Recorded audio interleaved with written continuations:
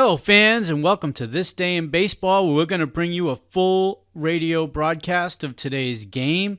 And before we do that, I just want to thank Classic Baseball Radio, and there's a link in the notes where you can check out their full channel. They have many great radio broadcasts. And while you're listening to today's game, if you want to check out much more about the game and the players, look on the links below, and you're going to see links to player pages, the date the game happened, the year it happened, and the play-by-play. Enjoy the game, and check out the links while you're watching the game, and please don't forget to hit the subscribe button so that every time new content comes out, you're going to get that firsthand. And thank you again for checking out This Day in Baseball, and enjoy the game.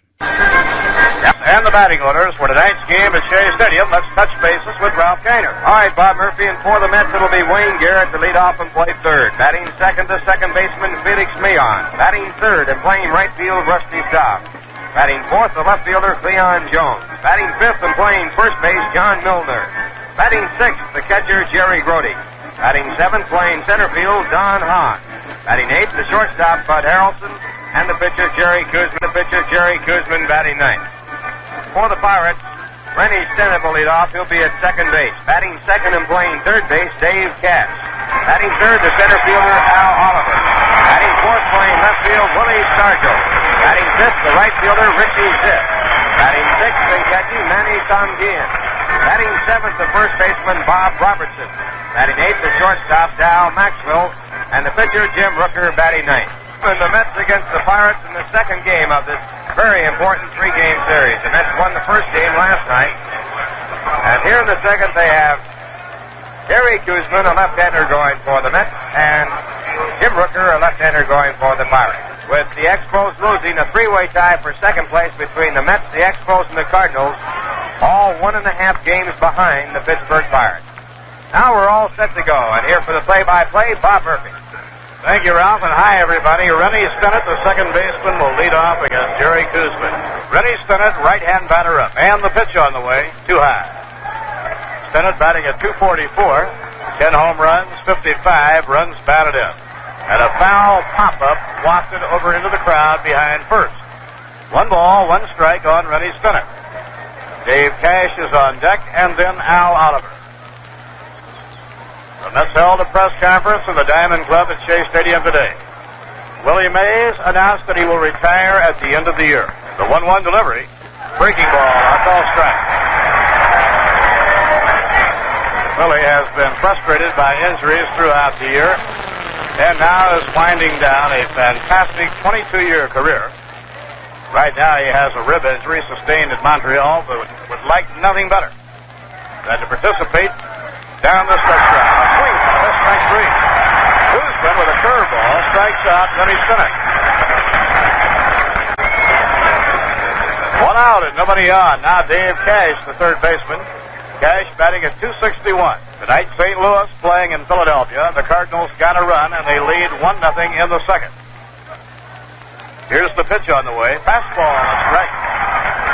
At Philadelphia, Alan Foster, 13-8, pitching against Dick Ruthven, 6-9. And a line shot over second into center field. A base hit for David Cash. 1 out and 1 on. Al Oliver, the center fielder, coming up. This afternoon, Chicago beat Montreal 5-4. The Expos have lost 4 in a row. Jenkins was the winner and Rinko the loser. Fastball, a strike ball in the outside corner to Al Oliver. Atlanta will be playing the Dodgers late tonight in Los Angeles. Last night, Dave Johnson hit his 43rd home run of the year. A new record for home runs by a second baseman. Given the air to short center field, it might drop. Here comes Hahn on the run, and he makes the catch. Throws to first base, trying for a double play, not in time.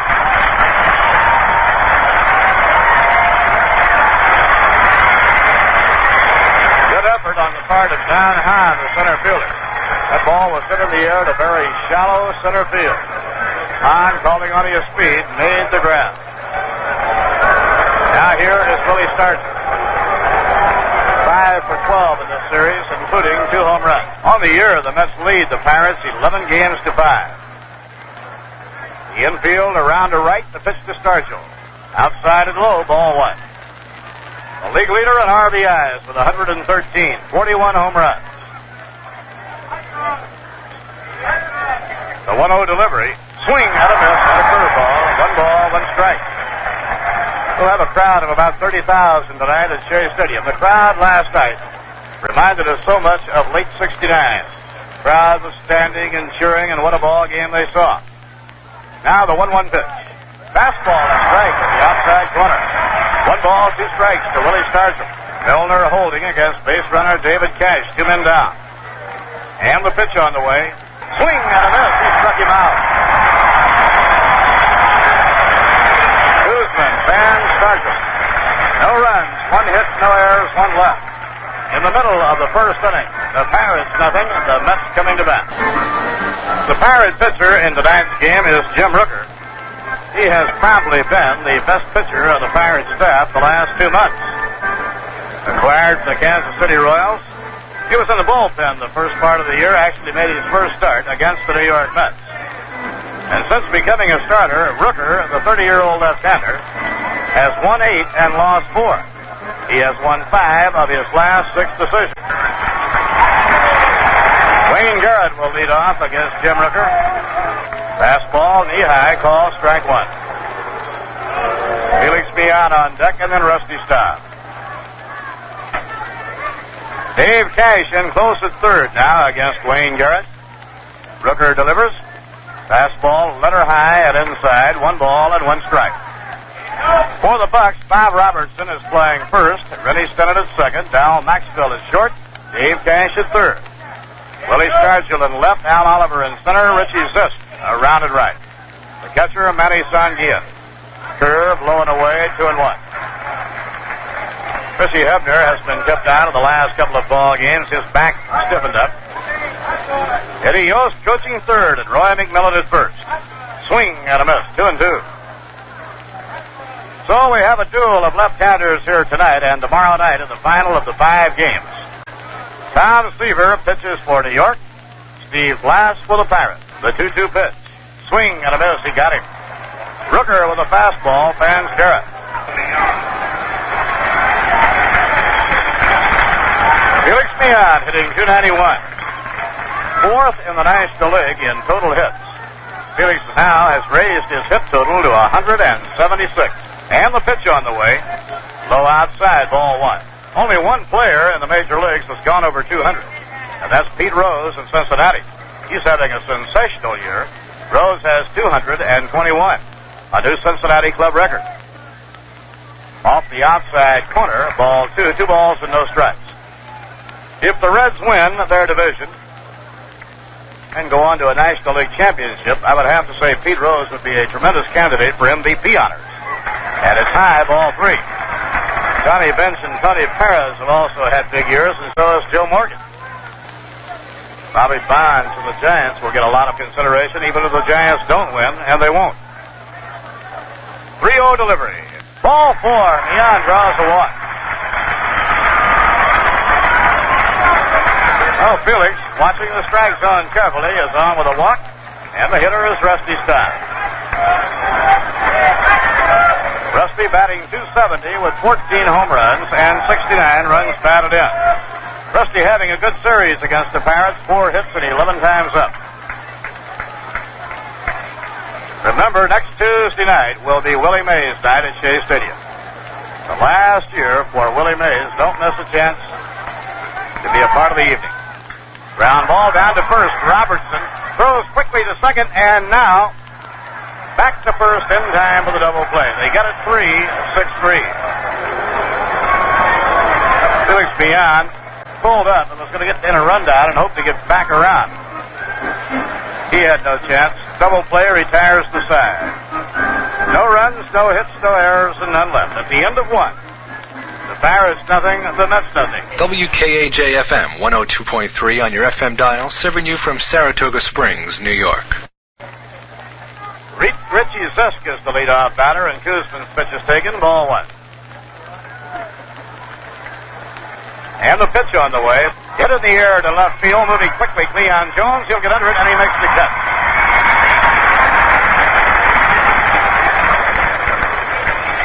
Cleon moving swiftly over into left center to grab the drive. One down, it brings up Manny Sanguillen. Sanguillen hitting .287, 12 homers, 63 runs batted in. The pitch to Sanguillen is high, 1 ball and no strikes. The infield and the outfield just about straight away, and a pop-up to the infield on the left side of the diamond. Bud Harrelson near second is under it, and he has it. Sanguillen retired, 2 men away at the top of the second. Now Bob Robertson. Robertson batting at .242, 14 home runs, 39 runs batted in. If the Mets can win tonight, they will be a half game out of first place. The windup by Koosman. The pitch to Bob Robertson is whacked foul off to the right, no play. At the moment, all 3 challenging teams are exactly a game and a half behind the Pirates. And the pitch on the way, inside and low. You know an amazing thing? If the Mets should win tonight, the Chicago Cubs would be only 3 games out. The Mets play their last 4 games of the season in Chicago. A tough place to win. Curve, inside and low, 2-1. 2 balls and a strike on Bob Robertson. Well, the reaction you hear in the background is a disturbance in the crowd.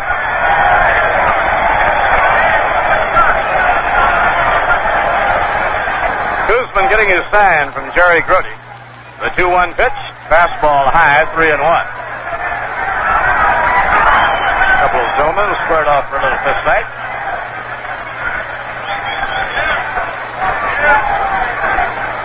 Three-1 delivery. Ball 4. Robertson takes high on away. It will bring up Dal Maxwell. Koosman pitching cautiously to Robertson, a power hitter. Willing to pitch around him to bring up Dal Maxwell. Veteran Dal Maxwell. He helped pull that Pirate infield together after being acquired from Oakland. He's had 3 hits in the series. Fastball high, 1 ball and no strikes. Koosman has had trouble with his control his last 2 starts. He has been throwing very hard, probably as hard as any time since 1969. And the commissioner of baseball, Bowie Kuhn, is here tonight. Bowie coming in with his family. Fastball high, and Koosman is now fighting control of the fastball. He has been high on the last 2, which has seemed to indicate that perhaps he wasn't pitching around Robertson. He was just wild. Ball 3, 3-0 on Dal Maxwell. This control looked very good in the first inning of the ballgame. Now suddenly the plate starts to move around on him. 3-0 pitch, ball 4, and he walks the light-hitting Dal Maxwell on 4 pitches. It will bring up the pitcher, Jim Rooker. He has done well as a hitter. He has 10 for 41, a .244 batting average. Rooker will be batting right-handed against Jerry Koosman. Ball 1, fastball high. And he's staying with the fastball, throwing all fastballs. Perhaps a hard slider. The 1-0 pitch, call strike. He was taking all right.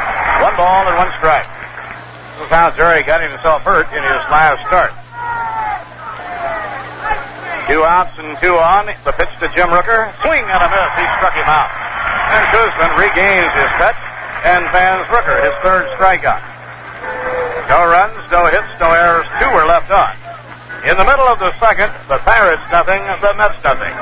You're listening to Mets Baseball on WKAJ-FM 102.3 on your FM dial. Jim Rooker tosses in his warm-ups. The 30-year-old left-hander, bidding for his 10th win of the year, will be facing Cleon Jones, John Milner, and Jerry Grote. Jones enjoyed his finest game of the year last night, hitting 2 home runs, driving 5 runs in. First home run to deep left center, and the second over the center field fence.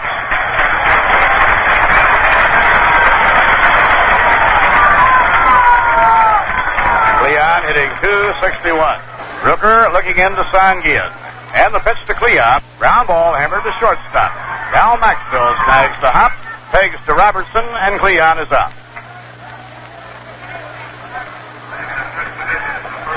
1 away, John Milner, the batter. Milner hitting .251, 22 homers, 69 runs batted in. Left-hander against left-hander as Rooker pitches.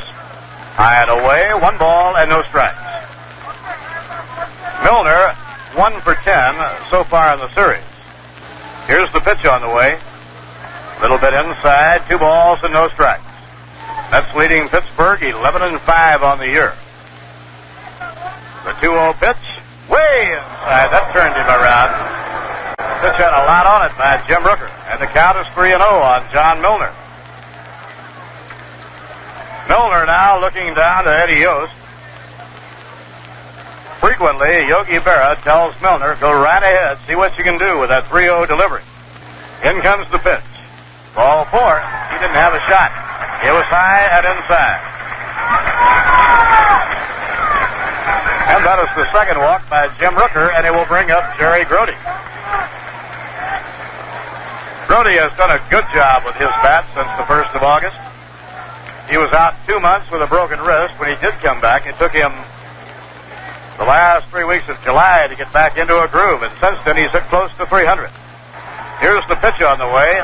Popped up behind second into shallow center. Moving out, Rennie Stennett, the second baseman, and he has it for the out. 2 down, and Don Hahn coming up. Don has brought his batting average up now to 237. He has had 3 very big hits in the last week for the New York Mets. He won the second game of this confrontation. The final of the 2 games in Pittsburgh with a base hit to center in the 9th inning. Off the outside corner, ball 1. Chicago playing at Kansas City, Terry Forster and Paul Splittorff. Splittorff already a 17-game winner. The pitch, ground ball hit to short. Maxwell snags the hop, throws to Stennett, force play for the 3rd out. No runs, no hits, no errors, 1 left. At the end of 2 innings at Shea, the Mets nothing, the Pirates nothing. You're listening to Mets Baseball on WKAJ-FM 102.3 on your FM dial, serving you from Saratoga Springs, New York. For you, this is Ralph Kiner.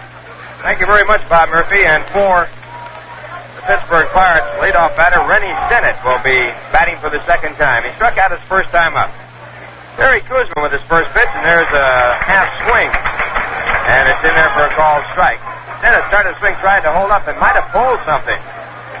Time called as he walks outside of the batter's box. Tony Barterome coming out of the dugout, the Pirates trainer, and it appears that he might have pulled something in his side, trying to hold up on that swing. In the tennis match, Billie Jean won the first game on her service, and then Briggs held his service for a match-up at 1-1.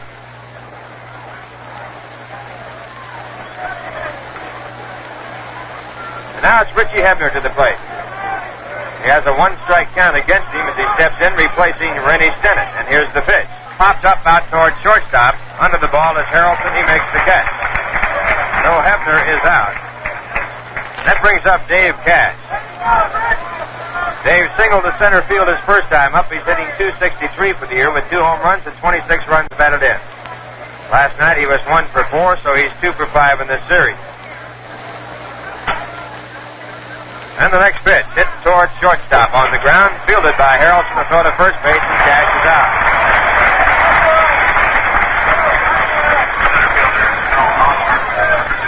That will bring up Al Oliver. Oliver flied out to center field his first time up. A good play on the ball by Don Hahn. It was a short fly ball, and Hahn had to run a long way to get to it. Got it down around his knees.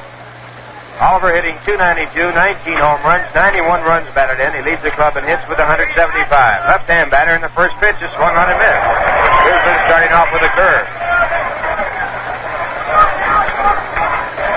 Doc Ellis is throwing in the bullpen. He's scheduled to make a start against Montreal. There's a grounder out in front of the plate. Picked up in fair territory by Grody. A good play by him.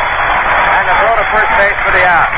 Ball was going foul, and Grody got to it and kept it from going into foul territory. So 1-2-3 inning for Jerry Kuzman. And the score after 2.5 innings, the Pirates nothing, the Mets nothing. For the Pirates, Richie Hebner has gone in the lineup at third base, and Dave Cash, who was playing third, moves over to second to replace the injured Rennie Stennett. And for the Mets, as they've had in the bottom of the third, it'll be Bud Harrelson to lead off. Harrelson 2 for 3 last night, batting .261 for the year. No home runs, 19 runs batted in. It'll be Bud Harrelson, Jerry Kuzman, and then the leadoff batter, Wayne Garrett. First 3 batters for the Mets. Time call, the first base umpire, Ed Sudol, wants to check out the ball. Now he walks up to Rooker, and evidently Evidently, Rooker went to his mouth.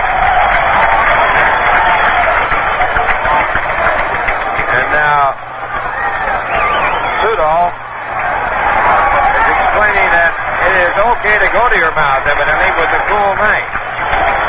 Indication by Ed Sudol pointing to Yogi Berra, and then he blows on his arm, which would indicate that it's all right to go to your mouth here because of the chilly air. That does not mean that you can go to your mouth and wet the ball. It only means you can blow in your hand. Now we're set to go. Here's the pitch to Harrelson. And a ground ball hit out to the shortstop, Dow Maxwell. An easy chance for him. He fields it, throws to first base for the out. That will bring up Jerry Kuzman. Jerry has been up 72 times. He's had 8 base hits.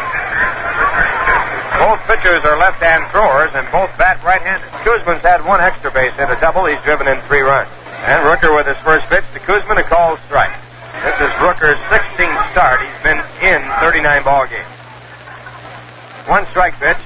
Kuzman swings and misses. Strike 2. Has a lifetime record of 30 wins and 49 losses in the major league. Started out his career as an outfielder.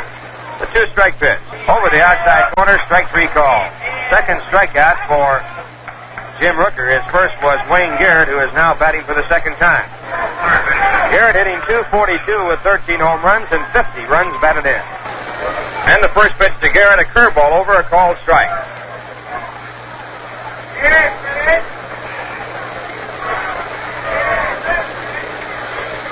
Garrett has 114 hits this year. That's his career high. And the pitch. Garrett lines it to left center field, a base hit.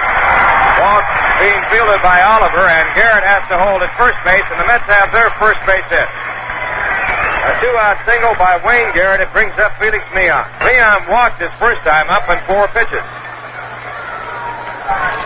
Batting .281. He has 35 runs batted in. Leads the club in base hits with 176. And the first pitch by Jim Rooker. It is swung on and fouled back. A fastball fouled off at strike 1. At the end of 3, it's St. Louis 3, Philadelphia 3. Garrett at first base, a short lead there. Rooker checks him out. Again, Rooker sets up. And the pitch. It is hit hard to short. Maxwell takes the bad hop, fields it well, throws off to Cash covering the second base for the force play, and the side is retired. No runs, 1 hit, no errors, and 1 man left, and the score at the end of 3. It's the Pirates nothing, the Mets nothing. Now to the top of the 4th, and for the Pirates it'll be Willie Stargell to lead off. Jerry Kuzman pitching for the Mets. He struck out Stargell on a curveball his first time up. Stargell batting .304. He has 41 home runs, 113 runs batted in. Leads the National League in RBIs. And the first pitch to the curve over the inside corner, a called strike. Kuzman has given up 1 base hit, a single to center field in the first by Cash. Next pitch is a curveball. Stargell started the swing, held off in time, and it's outside. 1 ball and 1 strike. It'll be Willie Stargell, Richie Zisk, and Manny Sanguin as Kuzman works in the 4th inning. Next pitch is over Stargell's head. It's a changeup. 2 balls and 1 strike.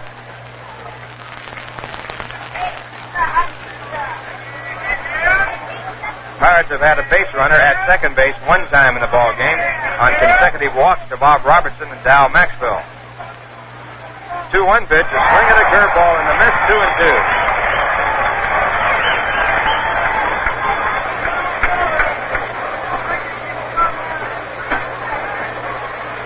Now the signs are out. Here's the pitch.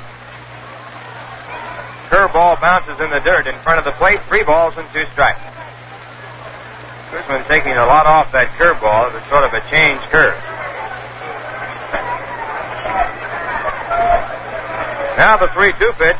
It is outside and Stargell walks, and that's only the 66th walk that Stargell's had this year.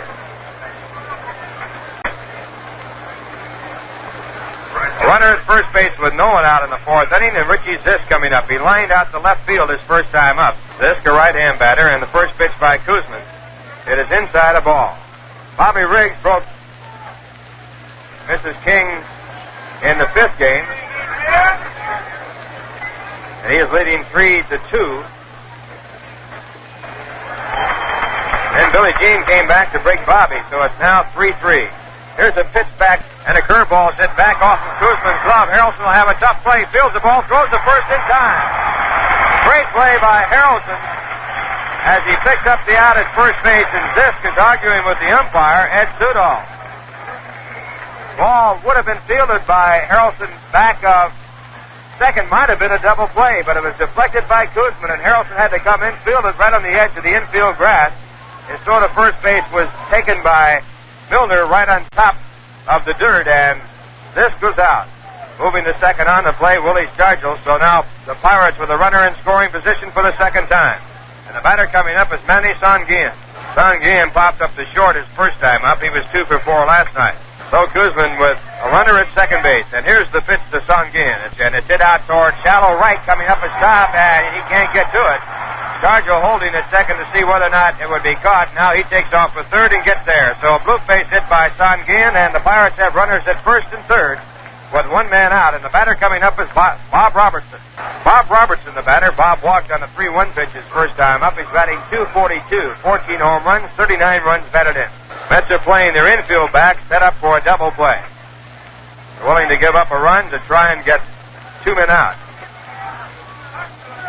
and get the inning out. There's a fastball way inside. Robertson has to jackknife out of the way. It's ball 1. 1 ball, no strikes. Kuzman reading the sign. Sanguin runs well, the runner at first base. Now the 1-0 pitch. It is again inside. Grody fakes the throw to first base, and Sanguin scrambles back. 2 balls, no strikes.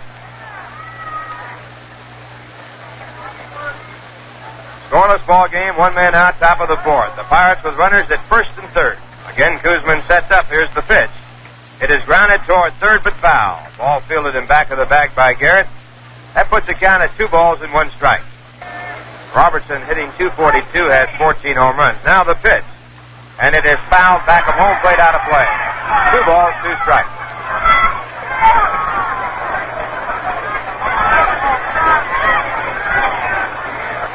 Jerry Kuzman, after getting behind 2-0, now back to 2-2, and he comes back to the plate.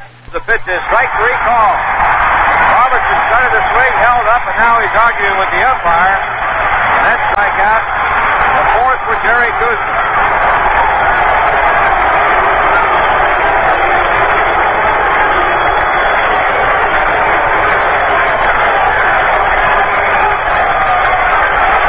Jerry Kuzman coming up with a breaking pitch on the 3-2 pitch and striking out Bob Robertson. And now with 2 men out, the batter coming up will be Dal Maxwell. He walked on 4 pitches his first time up.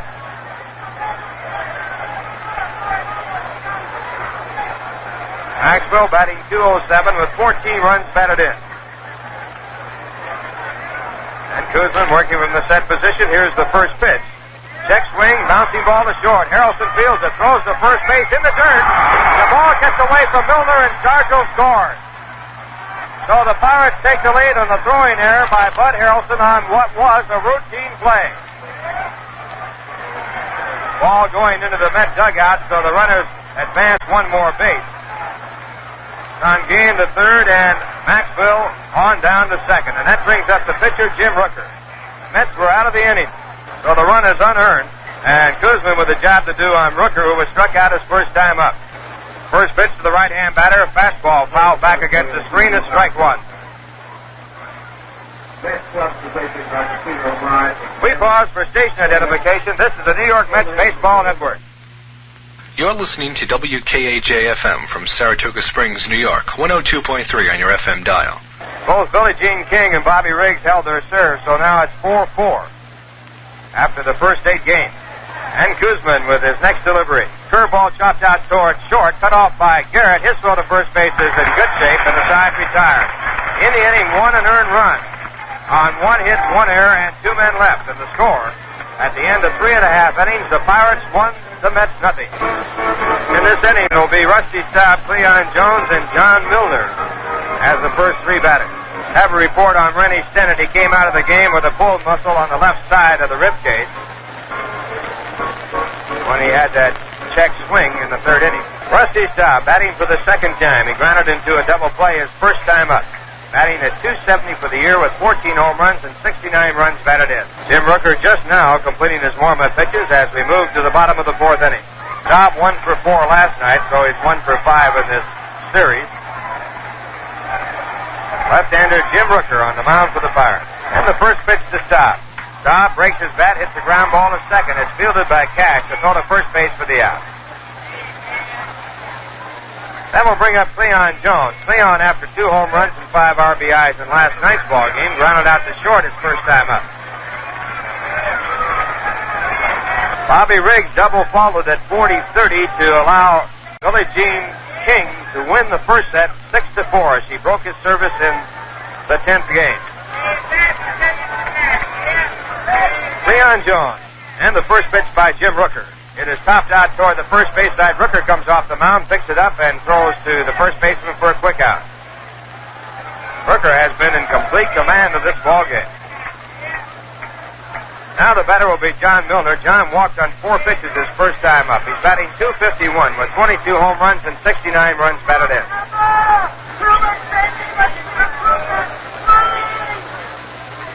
Milner and Rusty Staub are tied for the RBI lead on the Mets club with 69. John was 1 for 3 last night. The first pitch is hit hard to short, fielded by Maxwell. The throw to first base retires the side in order. So 2 batters retired on 2 pitches. And the score at the end of 4, it's the Pirates 1, the Mets nothing. Sports fans, if it's happening in sports, you can bet you'll find it in the Saratoga. You'll find the most total package of weekend sports, including all the late West Coast games, in the Sunday edition. If you don't believe it, take a look at this week's Sunday edition. At the Saratogian Sports Department, they say compare us to anybody. And make sure you're up to date on sports. Call the Customer Service Department, Saratoga, 584-4242. Be a sport. Read the Saratogian, your local daily newspaper, and Sunday, your complete Sunday newspaper. The Philadelphia Phillies got a run in their half of the 4th inning. The Phillies lead St. Louis 4-3 going to the 5th inning of the ballgame. Right here, the Mets are in a tough one. Jim Rooker, the left-hander, looks like he's going to be hard to handle. Richie Hebner leading off against Jerry Koosman. The Pirates leading on 1 unearned run, 1-0. And the pitch to Hebner. Curve outside and low. It's ball 1. Hebner came in the game to bat for Stennett when Rennie suffered a muscle pull of the left rib cage in the 3rd inning. And the pitch by Coos, a strike on the outside corner. 1 ball, 1 strike. Top of the Pirate batting order here in the top half of the 5th inning. The 1-1 delivery, swing and a foul coming straight back. Danny Ozark has now used 3 pitchers in that game at Philadelphia. Mike Wallace is on in the 5th inning. Alan Foster, the Cardinal pitcher. Phillies lead 4-3. They are in the 5th. The 1-2 pitch by Koosman. Curve, strike 3 call. Beautiful pitch by Jerry Koosman. His 5th strikeout of the game. Dave Cash, the 3rd baseman, hitting 2nd in the order. 1 for 2. Single to center field in the 1st inning. The Pirates have 1 unearned run on 2 hits. New York, no runs, only 1 hit. Jerry Grody setting up a target. Ground ball, bounced down to 3rd. Garrett grabs the hop, makes the long throw in plenty of time, and Cash is out. 2 men away. 2 outs and nobody on. The number 3 hitter, center fielder Al Oliver, batting at .291. Oliver has skied to shallow center. He hit a squib that was bounced on by Jerry Grody, who threw him out. Willie Stargell working with the pine tar cloth in the on-deck circle. And the pitch on the way. A little ground ball hit right back to the mound. Koosman grabs it, throws to first side, retires. Overpowering inning by Jerry Koosman. No runs, no hits, no errors done left. In the middle of the 5th inning, the Pirates 1 and the Mets nothing. WKAJ-FM 102.3 on your FM dial, serving you from Saratoga Springs, New York. 30-year-old left-hander Jim Rooker has allowed only 1 hit, a Wayne Garrett single in the 3rd inning over the first 4 innings of the ballgame. Jerry Grody will be the first batter in the home half of the 5th inning. Grody out on a pop fly to second, his first trip tonight. Jerry batting at .248. It will be Jerry Grody, Don Hahn, and Bud Harrelson hitting against Rooker in the home 5th inning. Jim Rooker, as a starting pitcher with the Pirates, has won 8 and lost 4, with an ERA of less than 3 earned runs per 9 innings, 2.9. Now the crowd at Shea starting to stir around. It's a lively group. Here's the windup by Rooker and the pitch. Ground ball bounced toward the hole, taken by the second baseman, Stennett. And he throws on to Robertson, 1 away. I think I said Stennett. Dave Cash moved over to second. Hebner is now playing 3rd. Center started the game at second base. Center fielder Don Hahn bounced into a force play his previous trip. That's finding it difficult to get the ball in the air against left-hander Jim Rooker. They're hitting everything on the ground, or just about everything. Brody hit a pop fly in the air on the second. Garrett hit one in the air for a base hit in the third. That's been it. Breaking ball down low, 1 ball and no strikes. They're set up straight away against center fielder Hahn. Down a right-hand batter, Rooker's pitch on the way. Hit foul deep down the right field line, no play. Got around a little bit late, hit it hard, but hit it foul. 1 ball, 1 strike. Final game of the confrontation with the Pirates tomorrow night with Tom Seaver pitching against Steve Blass. Tonight, quite a pitching duel between Rooker and Koosman. Inside and low, taken by Hondo, and the count is 2-1. The game at Philadelphia, the Philly pitcher, Mike Wallace, has been hit by a batted ball, and that game has been held up. Fastball on the outside corner. Hahn didn't like the call. The count is 2-2.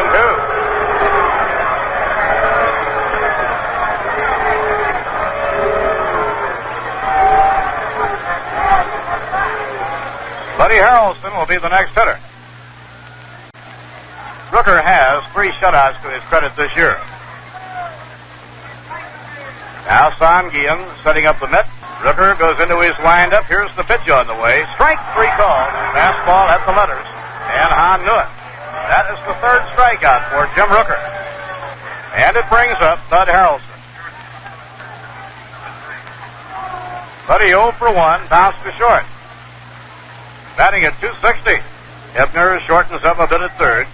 And a pop fly hit down the left field line. Stargell running full speed to the line. Goes into foul ground and makes the catch. Side retired. The Mets go out in order. The ball caught over the line in foul ground. Rooker has now retired 7 in a row. The Mets out in order in the 5th. At the end of 5, the Pirates won, the Mets nothing. You're listening to Mets Baseball on WKAJ-FM 102.3 on your FM dial. Willie Stargell has scored the game's only run. And Stargell will lead off against Koosman in the 6th inning. Here's the windup and pitch by Koosman. Fastball, strike 1. Mets are not using the shift against Stargell, although they do play the defense around to right. Low outside, 1 ball and 1 strike. Buddy Harrelson remains on the shortstop side of the diamond, but pulls over toward the middle. And Wayne Garrett retreats to his left toward the hole. Swing and a miss, curveball. 1 ball and 2 strikes to Willie Stargell. You can't believe how hard he swings the bat. Richie Zisk will be up next. Strike 3 call. What a pitch on the outside corner by Jerry Koosman. For Jerry, his 6th strikeout of the game. He has great stuff going here tonight. Now Richie Zisk coming up. He has lined out to Cleon Jones, been thrown out by Bud Harrelson. And the pitch by Jerry Koosman, a little bit high, 1 ball and no strikes. 1 out and nobody on. 6th inning, Pittsburgh 1, New York nothing. Fly ball hit foul down the right field line into the crowd. 1 ball and 1 strike to Richie Zisk. Pirates leading hitter batting at .338. High on a fastball, 2-1. Then when Sanguian went back behind the plate, Zisk started playing a great deal in the outfield. The 2-1 pitch. Fouled down the right field line by about a yard.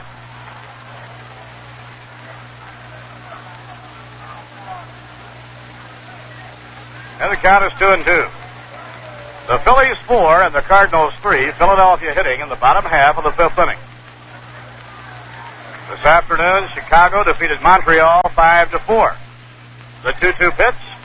Fastball high and he held up. Full count 3-2 on Richie Zisk. Phil Campbell was the winner for Minnesota and Blue Moon Odom the loser.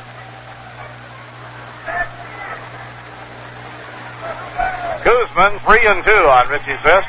The payoff pitch. Low inside, ball 4. 4th walk by Jerry Koosman. And the hitter is Manny Sanguian. The Baltimore Orioles leading Detroit 6-0 in the 4th inning. The Oriole magic number is 5.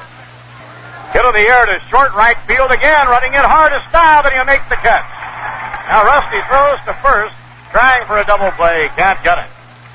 Son Guillen almost dropping another hit into the outfield. He dropped one of those parachutes in the fourth inning. It helped build the only run of the ball game. This time Staub was able to get to it in short right center.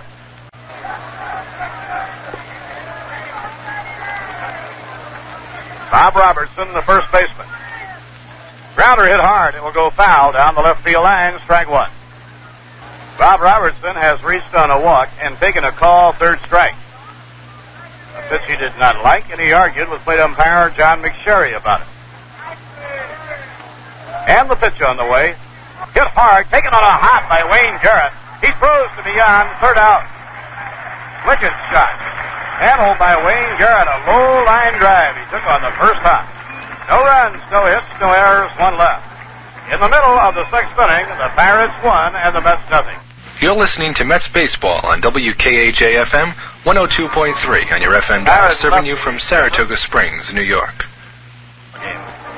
Jerry Koosman leads off the last of the sixth inning. The Mets have only one hit, a single by Wayne Garrett in the third inning. Koosman has been equally strong. He's allowed one run, which was unearned, and given up just two hits. And the pitch by Rooker. Fastball up hit high. 1 ball and no strikes. Mike Wallace was hit by a batted ball in the game at Philadelphia and had to leave the game, and Darrell Brandon came in. He was hit on the left elbow. Ball 2 balls and no strikes to Jerry Koosman.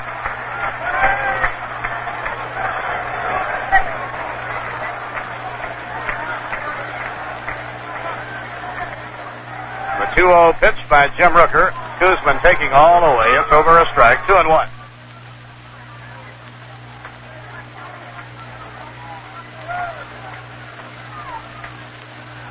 The 2-1 pitch. Ball 3. Low outside.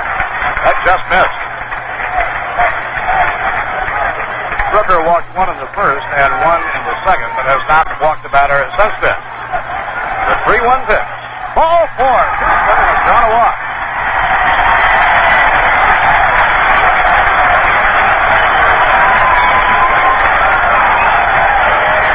Third walk. That's the draw. Wayne Garrett coming up. Now the crowd at Shea starts turning on. And you can hear the Let's Go Mets cries all around the stadium.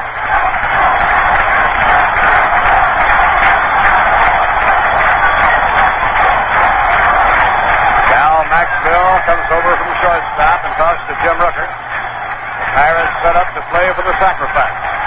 Hebner is in close at third. Garrett is the batter. He squares, bunts the ball back toward the mound. Rooker is throwing to second in time. They force the lead runner, Jerry Koosman. 1 out and 1 on. With a runner at first base, Felix Beyond coming up, batting at .291. Felix has drawn a walk and hit into a force play, nothing for 1. Garrett trying to move Koosman over. But Rooker made a good play. He reached the bunt and fired the ball hard to the shortstop, Maxwell.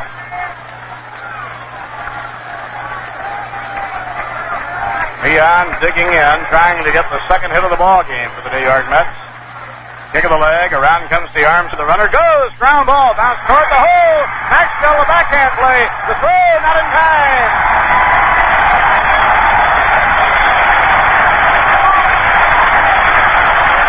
Base hit on a hit and run play. Maxwell was on his way to second to cover. Has to slam on the brake. He came back going toward the hole, made a backhand play beautifully. If the ball got into the outfield, Garrett would have gone around to third. So Maxwell made quite a play. He had no chance to throw out beyond. Runners on first and second, 1 man away. The batter, Rusty Stein. Rusty has hit into a 3-6-3 double play and grounded out second to first. So far in the game, Rooker has induced almost every batter into hitting a ground ball. The crowd really on now. Here's the pitch to Stein. And a fly ball to right center field. Back goes Al Oliver. He'll get under it, and he makes the catch. Garrett tags up, and he'll race to third after the grab. Well hit by Rusty Scott. Deep to the outfield, but playable for Al Oliver. That is the first long outfield fly hit in the game of Jim Rooker.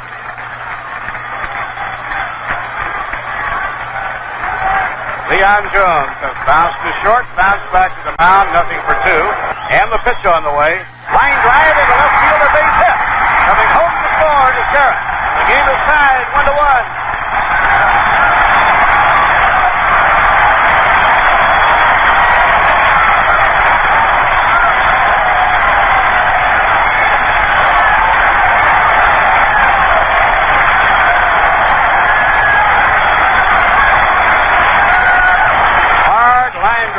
Single to left by Cleon Jones. The game tied 1-1.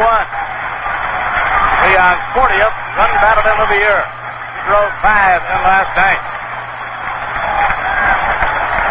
Runners on first and second base, 2 men away. The batter is John Milner.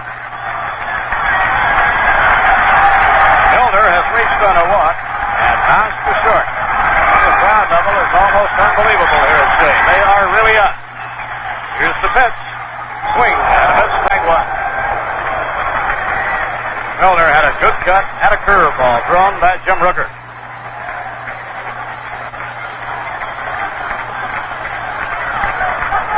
Milner a pull hitter, they shade him around to right. And the pitch by the left-hander, swing and a miss, strike two.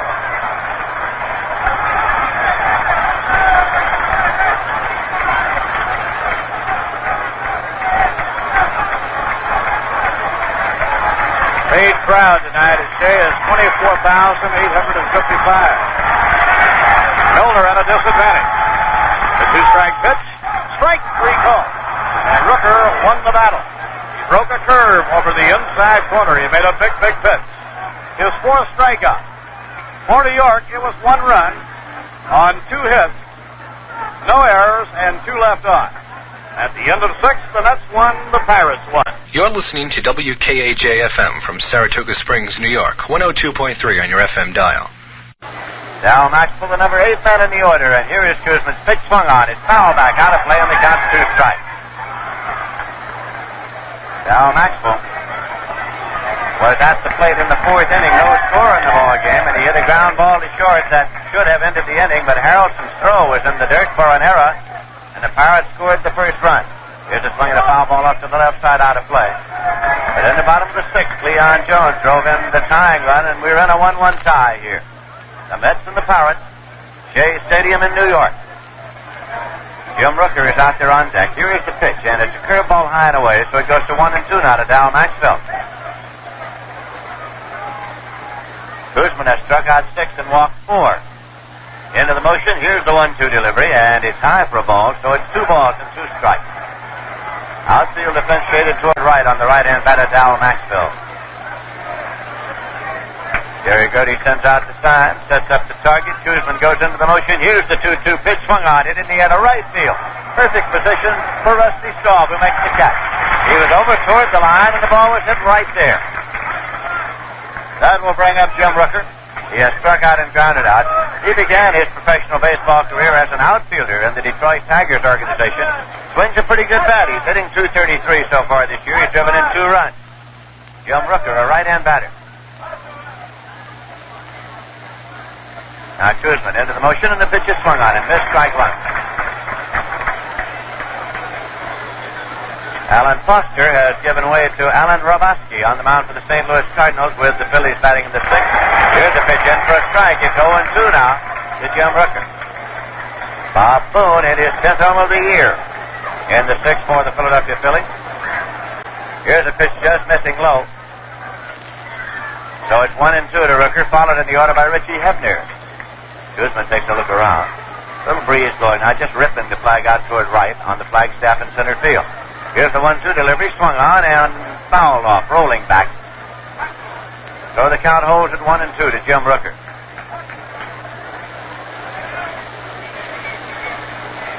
Paid crowd here tonight at 24,855 runs the Mets' total paid attendance at Shea Stadium this season to 1,710,015.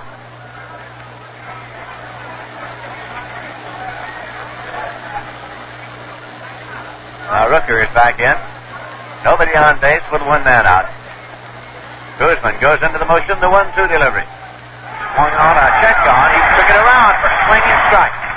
John McSherry hesitated just a moment before he gave the strike sign as Rooker started to swing at the high pitch and tried to lay off. It is a swinging strikeout. Number 7 for Guzman. Richie Hebner's coming up. Hebner was forced into action after Rennie Sinnott went out with a full muscle on the left side of the rib cage.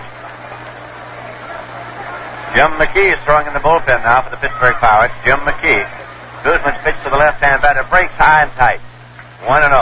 Hebner played against the Met right-hander Tom Seaver in the first game out in Pittsburgh. Here's a 1-0 pitch. Swung on and hit high into the air to deep right field. It is way back. Rusty Staub goes to the wall. It is a home run for Richie Hebner. Hebner with a home run off the left-hander. It is his 24th of the year, and the Pittsburgh Pirates go out in front by a score of 2-1.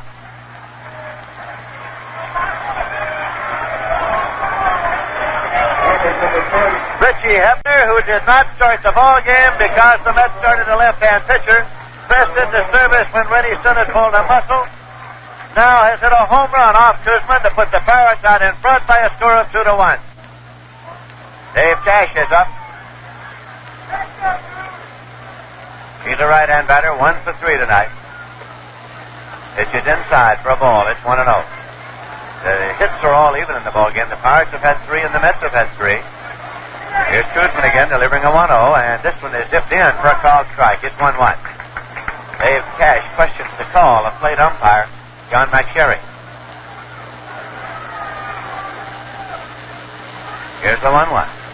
Curveball, it misses high, so it's 2-1 now. That home run was hit with 2 men out. Getting a little action started down in the Met bullpen now. There's a swing on a base hit into right center field. Rusty Staub over into the alley, scoops it up, and Cash holds for the single to right center field. Ray Sadecki is up and throwing. Ray Sadecki is throwing in the Met bullpen. Left-hand batter Al Oliver's coming up. Flies to center, grounded out twice, 0 for 3. The Pirates 2 and the Mets 1. The Pirates are batting in the top of the 7th inning. Guzman sets up, checks Cash at first. Here's the pitch, and it's outside low for a ball, 1-0. Milner is holding against the runner at first base.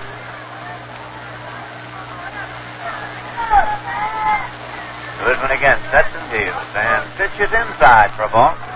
2-0 to Al Oliver, who is followed in the order by Wilbur Stargell. Outfield defense set straight away and deep against Al Oliver. Time called as Bud Harrelson comes in for his post at shortstop to have a word with his pitcher, Jerry Guzman. Guzman takes off his cap to mop his brow. Harry Parker is out there throwing also now with Sadecki. Right-hander Harry Parker, left-hander Ray Sadecki. John McSherry, the plate umpire, started to the mound, but the conference breaks up. Harrelson jogs back to his post at short. The count to Oliver is 2-0.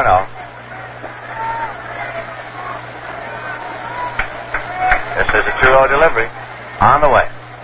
And it is low for a ball. Down in Philadelphia, the Cardinals tied at 4-4 with 2 out in the 6th as McBride was hit by a pitch and came around on Simmons' double. Here's a pitch in for a call strike. It's 3-1. But the Bills came back in their half of the 6th with 1 away. Boone hit his 10th homer, and with 2 gone, Luzinski hit number 29. Here's a throw to first, not in time. When Robinson doubled, Roboski replaced Foster. Montañez was hit by a pitch. Schmidt beat out a hit loading the bases. Boyle was called out on strikes. The Bills are leading 6-4. Swinging a ground ball by Oliver to second base. Millan has it.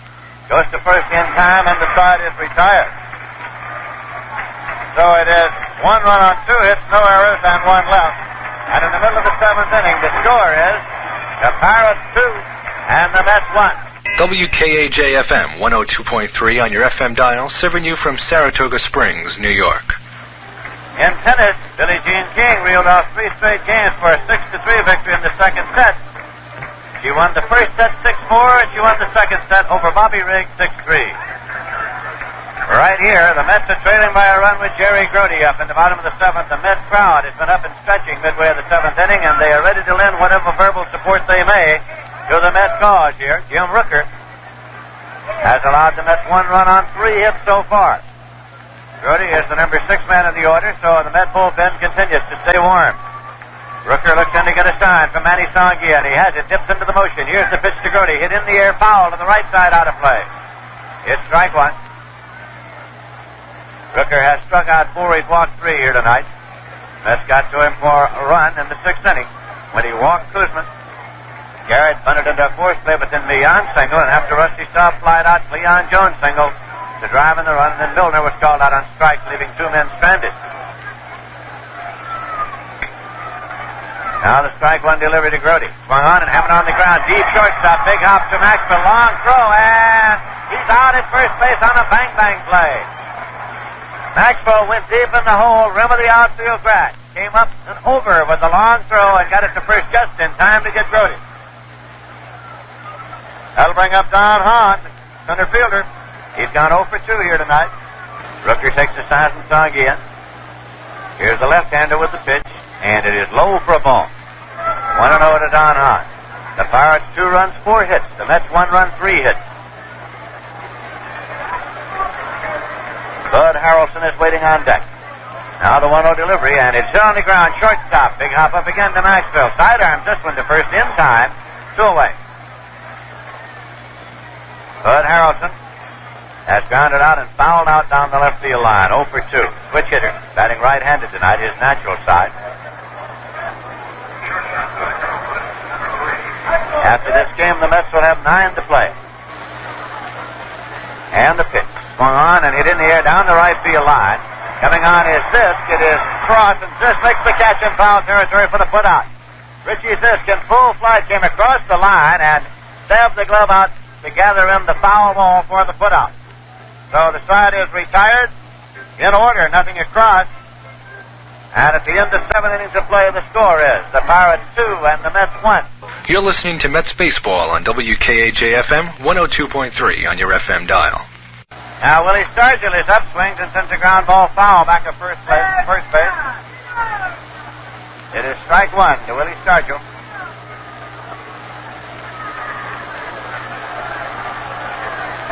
Pirates are batting in the top of the 8th inning. Jerry Kuzman still on the mound for the New York Mets. Stargell tonight has struck out, walked, and struck out. Kuzman's delivery swung on, broken bat ground ball to shortstop. Harrelson has it, goes to first in time. Stargell's out. Broke the bat on the 3-2 ground ball to short. We pause for station identification. This is the New York Mets Baseball Network. You're listening to Mets Baseball on WKAJ-FM 102.3 on your FM dial, serving you from Saratoga Springs, New York. This is Lindsey Nelson with Ralph Canner and Bob Murphy at Shea Stadium in New York, and Richie Zisk is up, right-hand batter. Kuzman pitches in for a called strike. The Pirates are leading by a score of 2-1, and they're batting in the top of the 8th. Zisk has lined to left, grounded out, and walked so far tonight. It's the curveball foul back of third out of play. 2 strike count now to Richie Zisk. He's followed in the order by the Panamanian catcher, Manny Sanguia.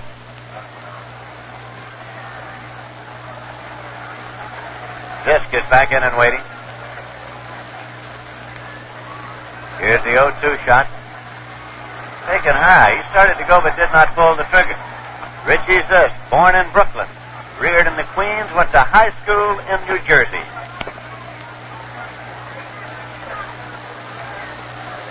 1-2 delivery now to Zisk. Swung on him. This got him with a breaking pitch. Strikeout number 8 for Jerry Kuzman.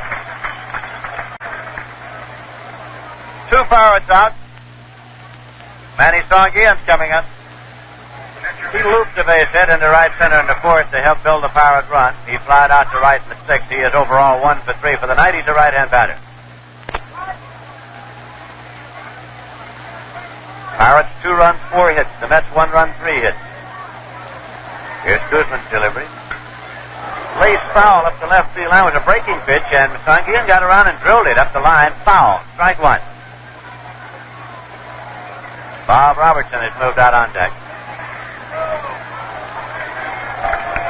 The Commissioner of Baseball, Bowie Kuhn, is here tonight. Seated in the club box to the home plate side of the Mets dugout. Now the pitch. Curveball pops up to deep short. Harrelson on the outfield grass. And the side is retired. Nothing across. And in the middle of the 8th inning, the score is the Pirates 2 and the Mets 1. Pittsburgh Pirates will be here again tomorrow night. That'll be their final appearance of the season here. St. Louis Cardinals will be here Saturday afternoon, Sunday afternoon. Monday's an off day, and then the Montreal Expos are in on Tuesday night, and it's Willie Mays night. Some of the outstanding players in the history of the game will be here to help the fans honor Willie Mays, who today announced his retirement, effective at the end of the season as an active player. Then Montreal will be here for a night game on the 26th. That will conclude the home schedule for the Mets this year. Tickets are now on sale at a wide variety of convenient ticket locations all around the town for those games. In tennis, Bobby Riggs started service in the first game of the third set, but Mrs. King broke him as he won only 1 point. She then held her own serve with 2 straight points at deuce to take a 2-0 lead. So Billie Jean King won the first 2 sets, 6-4, 6-3, and she is leading 2-love in this set. Jim Beecham is going to come out to bat for Kuzman now. As the Mets come up in the bottom of the 8th inning, it'll be Jim Beecham to bat for Jerry Kuzman.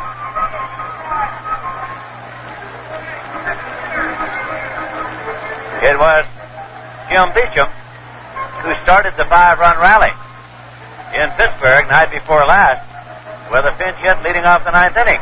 But not leading off, with 1 man out, actually. He batted for the pitcher and got a base hit. Beecham is hitting .267. He has 14 runs batted in. Right-hand batter facing left-hand pitcher Jim Rooker, who's been in all the way.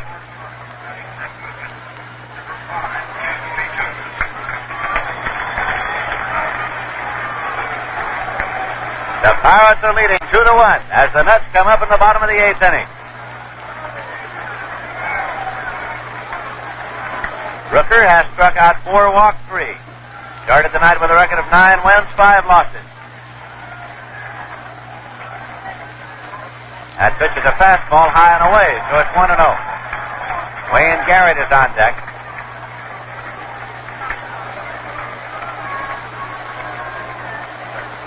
Now the 1-0 delivery. In there for a called strike. It's 1-1 to Beecham. Harry Parker throwing in the Met bullpen.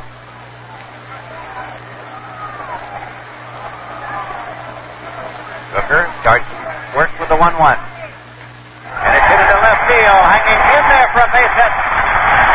Retrieved now by Sargent and played back, and Jim Beecham has delivered a pinch single to left. With nobody out, the tying run is at first base, and Garrett is trying to read the sign of Eddie Yost at third to see if the sacrifice is on. Garrett attempted to sacrifice in the 6th inning and bunted into a force play. Now here comes a runner. Martinez will run for Beecham.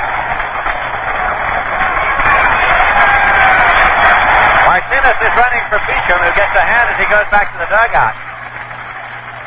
Martinez probably would have started at third base tonight in place of Garrett against the left-hander, but for the fact that Martinez, had a sore throat. Now he's being used as a pinch runner. Richie Hebner at third moves up on the grass. The Pirates, of course, expect the Mets to be sacrificing. Rooker sets up. Here's the pitch. Garrett's around. Bunts the ball up the first baseline. Fielded by Robertson.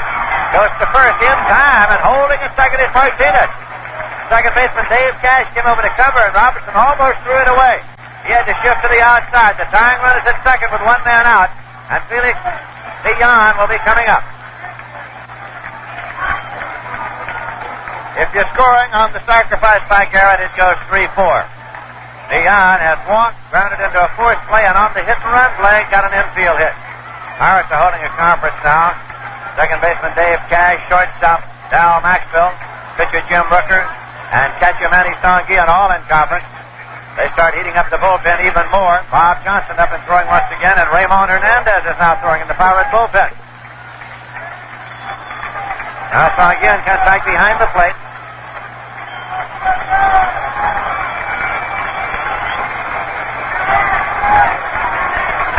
Meanwhile, Bernie Carbo has hit a home run for the St. Louis Cardinals in the seventh. The Phillies now lead the Cards 6-5.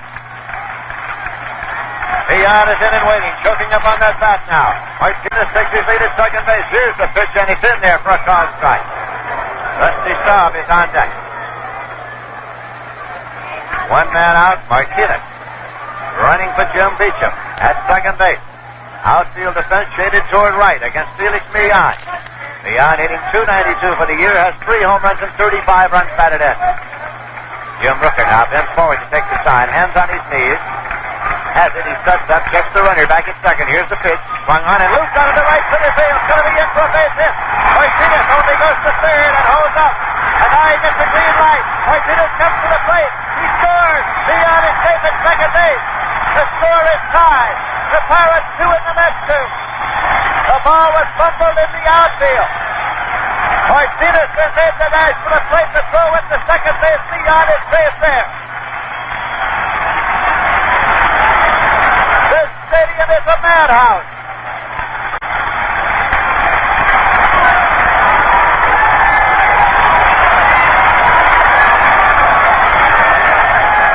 That ball was looped out in the right center field.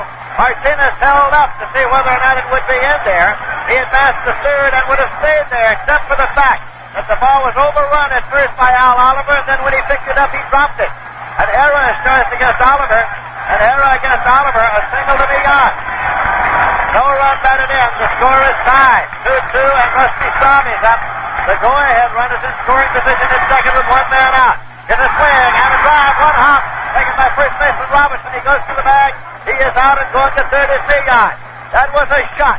Hit right down the line by Rusty Staub. But Bob Robertson was playing a deep first base and guarding the line. With a big swing of the glove, he brought it up on the short hop. Then went to the bag. So Cleon Jones comes to the plate. Millan is at third. Here comes Mel Wright, the pitching coach of the Pirates, out to the mound.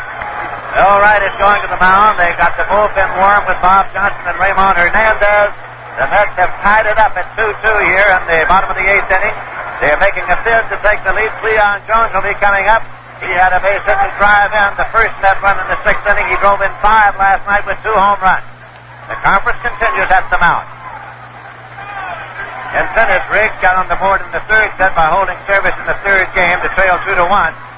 Bobby then broke her serve to make it 2-2. So Billie Jean King and Bobby Riggs are even at 2-2 in the 3rd set. Billie Jean King won the first 2 sets 6-4, 6-3. Now Cleon Jones is going to be put on. They will not pitch to Jones with Milner on deck. Cleon Jones is being intentionally walked. There it is outside for a ball.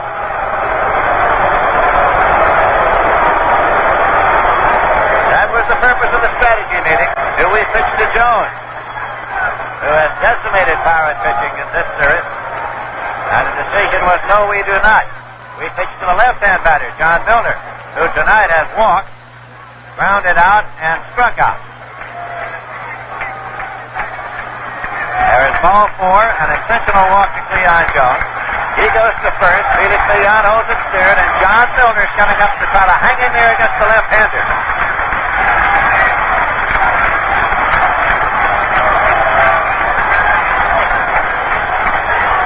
The ball that looked like a sure base hit was the one that Rusty Staub swung on and sent right down the line, but it was short hopped by Robertson for a play unassisted at first. Now Milner in and waiting. That's number 4 in the mid batting order. That runner's lead at first and third, and here is the pitch. It is low for a ball, and it's 1-0. Jerry Grody is waiting on deck. The Pirates 2 and the Mets 2. The Mets are batting in the bottom of the 8th inning. 2 men out, 2 men on. Rooker has the sign, sets up again now. Here's the pitch to the left-hand batter, John Milner. Swung on and missed. It's 1-1. Harry Parker continues to throw down in the mid bullpen. Meanwhile, in Philadelphia, Alan Romanski has been replaced by Diego Segui on the mound for the St. Louis Cardinals. Segui now pitching for St. Louis. Philadelphia batting in the bottom of the 7th inning. Phillies are leading down there by a score of 6-5. The hammer, John Milner, back in and waiting. Vet runners lead at first and third. The 1-1 delivery. Swung on, hit in the air to left field. Going across now is Dal Maxwell. He makes the catch in short left, and the side is retired. So Milner pops out to Dow Maxwell in short left field. It is 1 run on 2 hits. There was a walk and error and 2 men left. At the end of 8 innings of play, the score is the Mets 2 and the Pirates 2.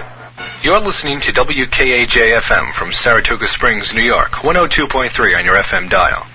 The pitcher for the New York Mets is Harry Parker, coming in to make his 36th appearance.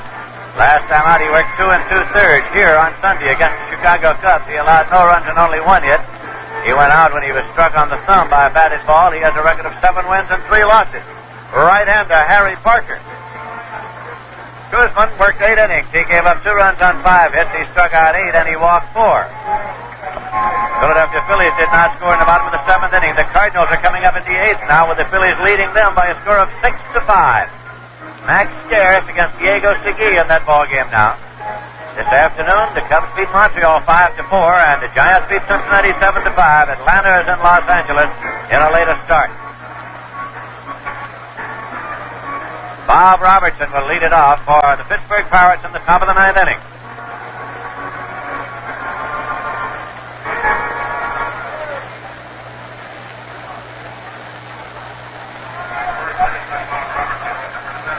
Parker has an ERA of 3.34. He's had 5 saves this year.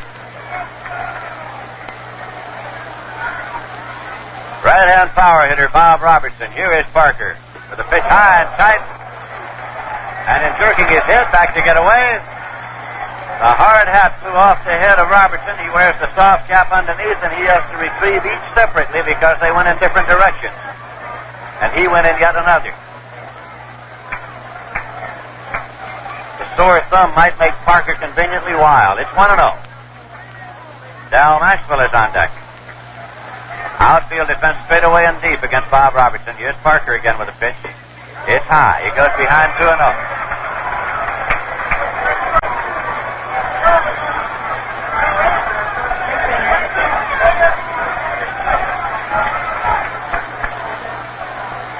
True delivery.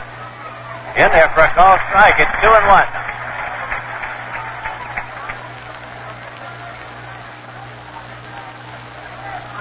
Big Dave Parker has been moving around the dugout of the Pittsburgh Pirates with a bat. Here's a swing and a miss. It's strike 2. Robertson batting number 7 in the order for the Pirates. He's played a lot more for Danny Murtaugh than he did for Bill Burton before the managerial change was made. Here's the 2-2 delivery. Curveball just missed. Just missed the outside corner. He came over the top, and the count is out full at 3-2 now. St. Louis Cardinals did not score in the 8th. Here's a pitch high, and it's a walk. A leadoff walk issued to Robertson by Harry Parker, and Dal Maxwell will be the batter. Maxwell has walked, on an arrow, fly to right. He looks down to see if the sacrifice is on, and Bill Mazeroski, the coach at third, is flashing the sign for him. The Phillies are batting in the bottom of the 8th inning, leading the Cardinals by a score of 6-5. Dave Augustine started out. Now he comes on to run. Dave Augustine is going to run for Robertson, who is out of the ball game.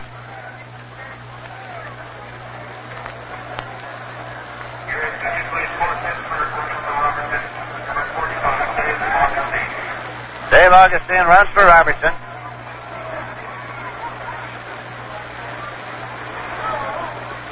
Maxwell at the plate. Garrett in on the grass at third, expecting a sacrifice. He's around. He punts the ball to the first base side. Parker has it. He goes to the on-covering. That moves runner Dave Augustine to second base. The sacrifice goes 1-4 if you're scoring. Now big Dave Parker is going to come up to bat for the pitcher, Jim Rooker. Dave Parker will bat for Rooker.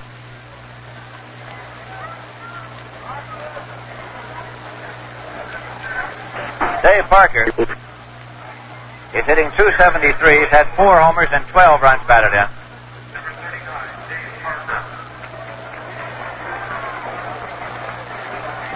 Rooker is out of the ballgame. After having pitched 8 innings, 2 runs on 5 hits, he struck out 4 and he walked 4, one of them intentionally. Dave Parker's a left-hand batter, and he is big. Dave Augustine leads at second base. The pitch is in for a called strike. Bob Johnson, Ramon Hernandez throwing in the Pirate bullpen. Johnson the right-hander, Hernandez the left-hander. This is an 0-1 delivery. Swung on and missed. Jammed him in on the fifth and got him on a little side arc swing. It's 0-2 now. Richie Hebner is on deck. Hebner had a home run in the 7th inning to break what was at that time a 1-1 tie. This will be an 0-2 delivery to Dave Parker. And a fastball just missed inside. Just missed.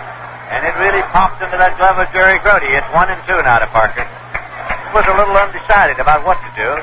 Decided to take it and then wondered. He looked quickly at umpire John McSherry. Augustine leads at second. Here's a pitch. Swung on and missed. Actually tipped back into the glove of Grody for a strikeout. Now Yogi Berra's coming out to have a strategy conference. He wants to know how Parker feels about pitching to Hebner. Would he rather put Hebner on, first base is open, and pitch to Dave Cash, a right-hand batter?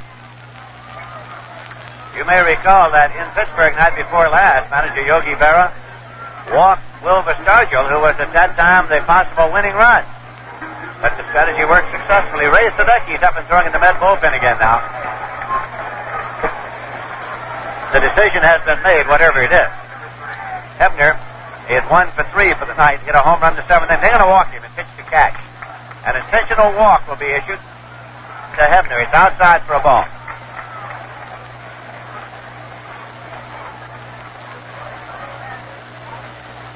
Outside ball 2. Dave Augustine leading off the bag with each successive pitch out there at second. Dave Cash is waiting on deck. Dave Cash is 2 for 4. He had a single. He grounded out short to first, grounded out third to first, and had another single. Dave Cash is hitting .263 for the season. He has 2 home runs and 26 runs batted in. Hebner skips down to first base now. Augustine holds at second. 2 men are out. Score tied 2-2. Pirates batting in the top of the 9th inning. Dave Cash at the plate. Jerry Grody sends a sign out to Harry Parker. Curveball, and it's in there for a called strike. Came over the top and broke it right through the strike zone. It's 0-1 to Dave Cash. Pirate runners lead at first and second. 2 men are out. Parker's pitch. Low for a ball and outside. It's 1-1. Al Oliver is on deck.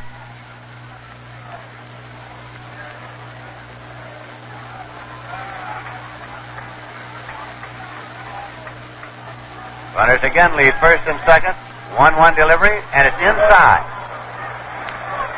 2-1 to Dave Cash. Sadecki continues to throw down on the bullpen. Sadecki is, of course, a left-hander. The Pirates have successive left-hand batters following Cash, Oliver, and Stargell. Here's the 2-1 pitch. Swung on and popped up foul back and out of play. Behind the plate, back into the seats, and the count goes to 2 balls and 2 strikes.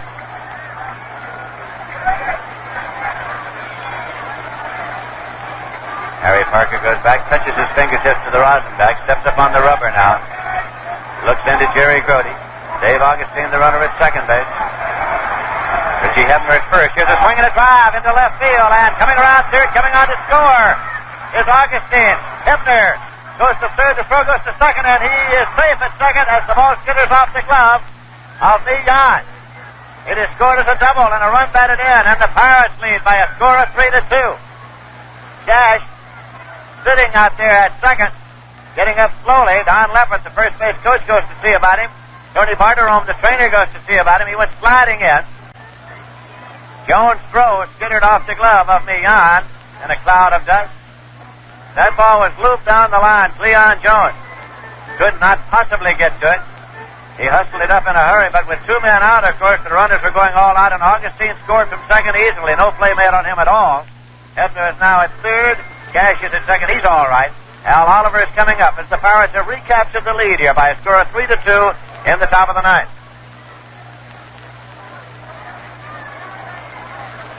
Al Oliver, left-hand batter up. Runners second and third. Here's a pitch high and tight for a ball, 1-0. Oliver against the left-hander. Kuzman went 0 for 4 tonight. Slide to center, grounded out, grounded out, grounded out. Parker again, up and into the motion. Here's a pitch, and it's in there for a called strike. Just got the inside portion of the plate. It's 1-1.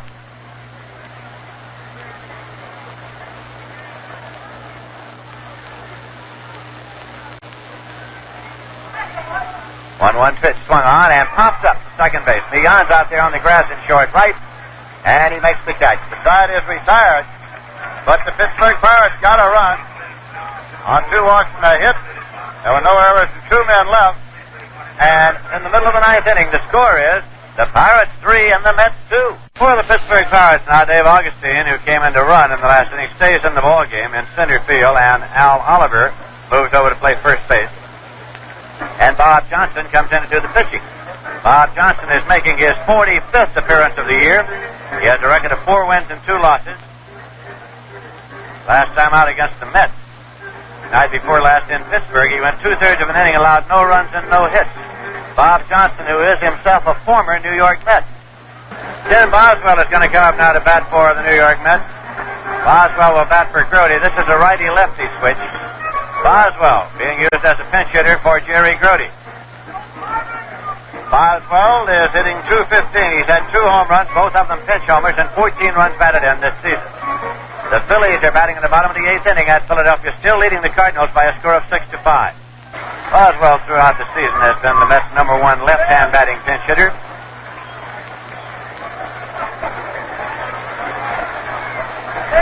Rooker went 8 innings, gave up 2 runs on 5 hits, struck out 4, walked 4. One of them intentionally, has left the game as pitcher of record on the long side of the 3-2 score. The Mets are 1 run short as they come up in the bottom of the 9th.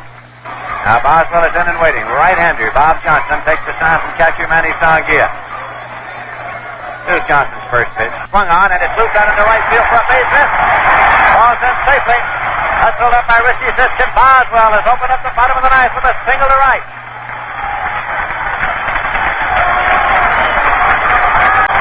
Don Hahn is the batter. Don Hahn has gone 0 for 3 tonight. He looks down to Eddie Yost to see if the sacrifice is on. Al Oliver at first over to hold against the runner.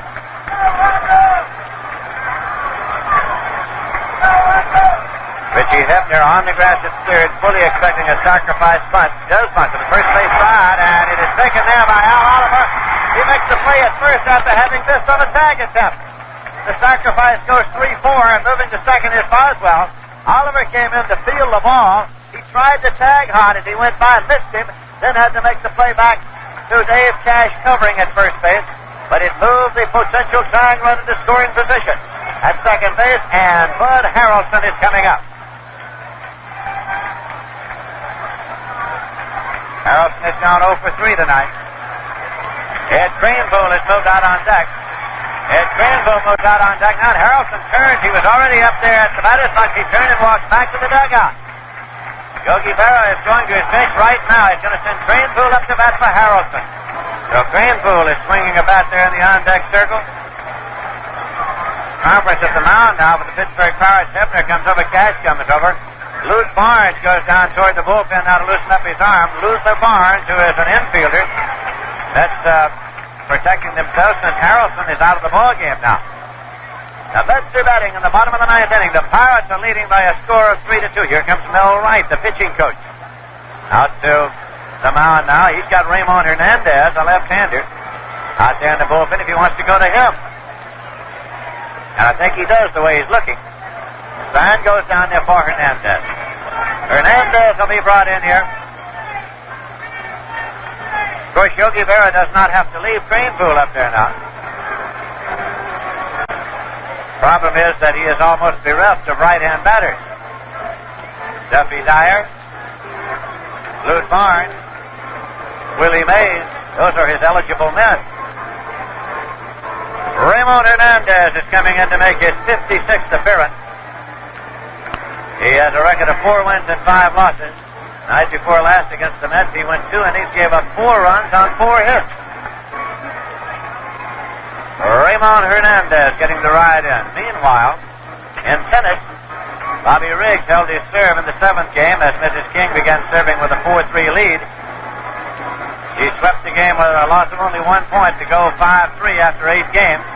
Mrs. King then made it game, set, and match with a break after several deuce points to win it all, 6-4, 6-3, 6-3. So Billie Jean King has defeated Bobby Riggs 6-4, 6-3, 6-3. Tonight the Phillies have beaten St. Louis 6-5. And the Mets are trailing by a run here in the bottom of the ninth inning. Now coming out is George Theodore. We forgot George Theodore. George Theodore, who has not appeared since he went on the disabled list. Theodore is coming out for the first time since he went on the disabled list after his collision with Hahn in the outfield here at Shea. And he comes out swinging bat. George Theodore, the rookie who twice was badly injured in his first season in the majors. It was July 7th that he was in the collision with Hahn here. He had a dislocated hip. He went on the disabled list, and this will be his first appearance since. Theodore is batting for Craneville. George Theodore marches around now.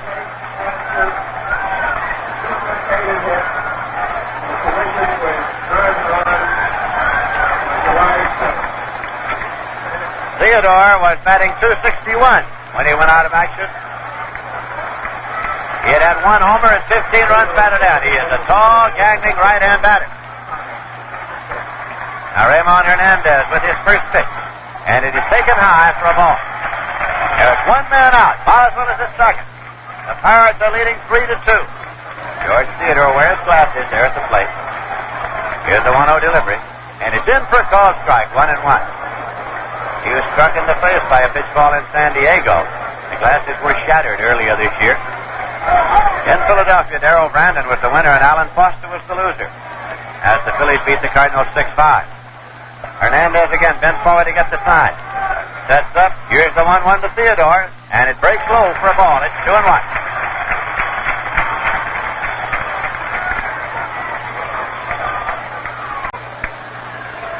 Hernandez again. Bending forward, sets up. 2-1 delivery, and it's in there for a called strike, 2-2.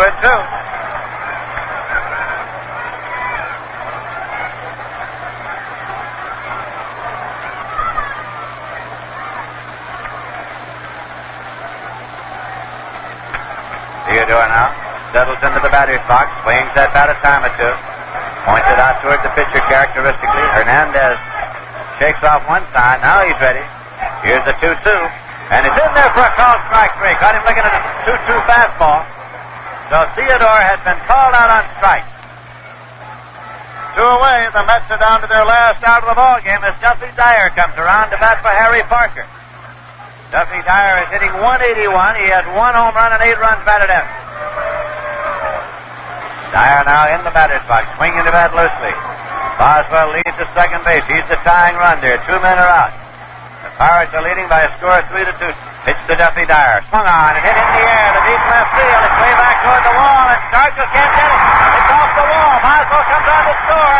Play at second. Dyer slides in with a double, and the score is tied at 3-3.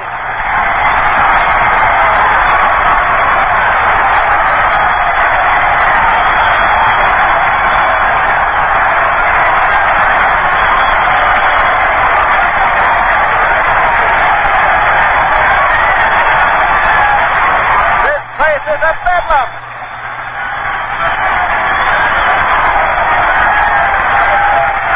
Duffy Dyer with a double off the left field wall. The score is tied, 3-3. Wayne Garrett is coming up. The winning run is at second base. It is the first run batted in. No pitch here. It is the first run batted in since July 10th by Duffy Dyer. As Hernandez has started to deliver to Wayne Garrett.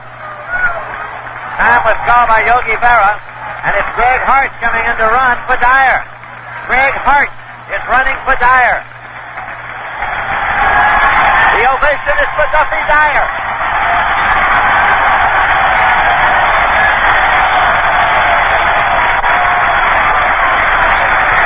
Greg Hart is running for Duffy Dyer at second base. 2 men out, score tied 3-3, and Wayne Garrett at the plate. Hernandez with a pitch to the left-hand batter, and it's blowing away for a ball. It is the first run batted in by Duffy Dyer since July 10th. He hit the wall and left on the fly for the double. Hernandez with a pitch to Garrett. In there for a strike. Garrett started to swing and laid off. Garrett tonight is 1 for 3 and a sacrifice. This place is a bedlam. As the Mets again have come back from the brink to tie the score at 3-3. Felix Leon is waiting on deck as Hernandez sets up. Offers 1-1. Here's a swing and a miss. It's 1-2. Ray Sadecki is throwing in the Met bullpen. Hernandez walks back to the infield grass behind the mound. Fingers the rosin bag. The count is 1 ball and 2 strikes to Wayne Garrett at the plate. Greg Hart leading at second base. Now the ball is dropped on the mound for a balk. That is a balk. The ball is dropped, and Greg Hart goes to third.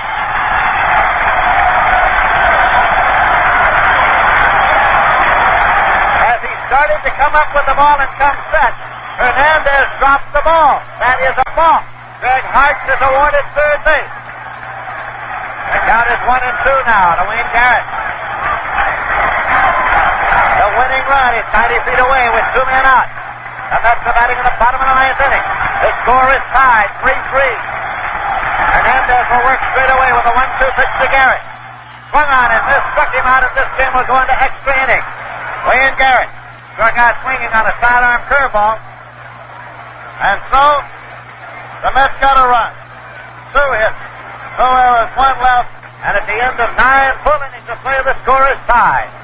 The Pirates 3 and the Mets 3. This is Flip Wilson. You name practically any subject, and it's like I hear a voice say, "Tell a joke about it. Tell a joke about it." But there's one subject I can find nothing funny about. Cancer is much too serious a situation. But fortunately, it's a situation that's becoming more hopeful all the time. I understand from the American Cancer Society that doctors are able to save patients today who would have been lost only a few years ago. That's good. That's progress. And things look very promising for the next few years, too. But our scientists doing cancer research need money. Money that has to come from us. So just remember that American Cancer Society slogan, fight cancer with a checkup and a check. The checkup is your best personal protection. And the check, because your American Cancer Society wants to wipe out cancer in your lifetime. Soon your American Cancer Society volunteer, your neighbor, will come calling on you. Be sure you give generously. Thank you. WKAJ-FM 102.3 on your FM dial, serving you from Saratoga Springs, New York. For the New York Mets now, Ray Sadecki comes in to do the pitching. Ron Hodges will do the catching. Boswell stays in at third base, and Garrett moves to shortstop. So those are the Met changes. Ray Sadecki, left-hander, coming in to make his 30th appearance. He has a record of 4 wins and 4 losses. Last time out, night before last at Pittsburgh, he went 3 innings against the Pirates, allowed no runs and 1 hit.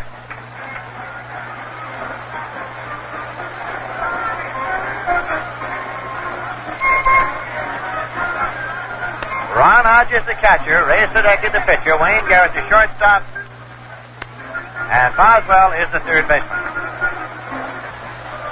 Wilbur Stargell will lead it off for the Pittsburgh Pirates. Boswell bats 6th, Hodges bats 8th, Sadecki bats 9th.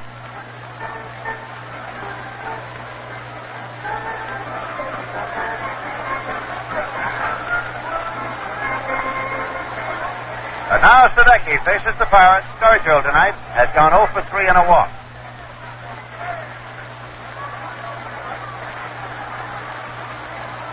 Windmills that bat around as left-hander Ray Sadecki goes into the motion, and here is his pitch. Swung on, his high into the air to right center field. Rusty Staub comes up to the pond. Staub calls and makes the catch. A towering pop fly. That will bring up Richie Zisk. For the Baltimore Orioles now, their magic number is 4. Richie Zisk is at the plate, having gone 0 for 3 and a walk tonight, right-hand batter. 1 man out, nobody on. Sadecki delivers, and it's low for a ball. Long during the season, Sadecki picks up a slip pitch that he uses as a change of pace.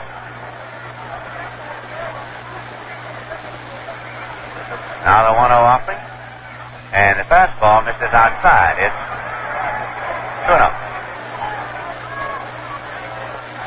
Again, the left-hander deals, and that one tipped right in there for a called strike. Manny Sanguillen is waiting on deck now for the Pittsburgh Pirates. They have that bullpen warming up once again. They work down through the batting order, batting here in the top half of the 10th inning. Dave Giusti, Jim McKee in the bullpen. Here's a pitch. Swung on, fouled out to the right side, out of play. Count is 2 balls and 2 strikes. 2-2 is the count to Richie Zisk. Becky taking a little time. A little war and nerves going on here. 2-2 delivery. In there for a call, strike 3. Sadecki tips it in for the second out. 2 away, and Manny Sanguillen is the batter. He popped to short. He had a base hit. He flied to right, and he popped to short again. He helped to build the first Pirate run. Back in the top of the 4th, it was an unearned run. He's a right-hand batter. Outfield defense is straight away. Wind is ripping the flag out toward right with no great velocity. Sadecki now ready to go. And swung on and lined into left field. Hanging up there. Jones comes over to make the catch. Cleon Jones came over to make the catch of the line drive that managed to hang up long enough for him to grab it. And the side is retired in order, nothing across. In the middle of the 10th inning, the score is tied. The Pirates 3 and the Mets 3. Jim McKee comes in to do the pitching. Jim McKee, a right-hander, is in to pitch for the Pittsburgh Pirates. He is making his 13th appearance. He has no won or loss record. In the first game of the series on Monday night in Pittsburgh, he pitched 3 innings and gave up no runs and only 4 hits. Jim McKee was at Charleston for a good part of the year, where he won 7 and lost 5, had an ERA of 3.55, struck out 72, and walked 44. During August, in the International League, he had a record of 6 wins and no losses, an earned run average of 1.19, and that's what got him the trip to Pittsburgh. 2 of his August wins were shutouts, and 5 were complete games. Jim McKee. The right-hander will be facing Felix Millan, Rusty Staub, and Cleon Jones as the Mets bat in the bottom of the 10th trying to pull it out.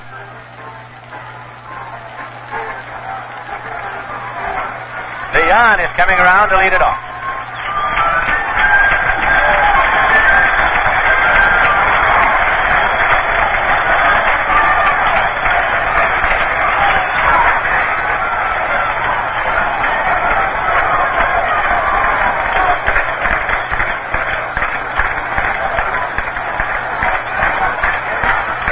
Leon.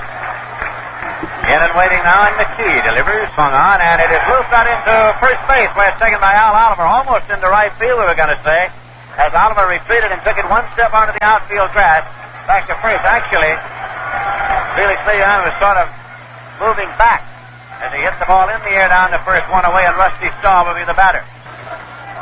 Rusty Staub has gone 0 for 4 here tonight. Conference at the mound now. Sanguillen talking to McKee. Staub for the year is hitting .268. He's had 14 home runs and 69 runs batted in.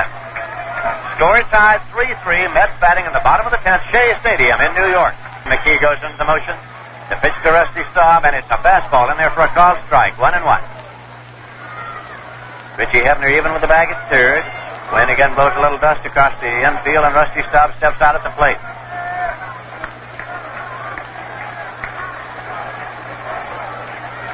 He reads the sign from Manny Sanguillen, offers 1-1.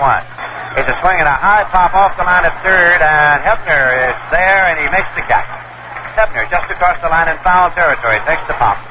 We pause for station identification. This is the New York Mets Baseball Network. McKee's pitch. In there for a called strike. John Milner is on deck.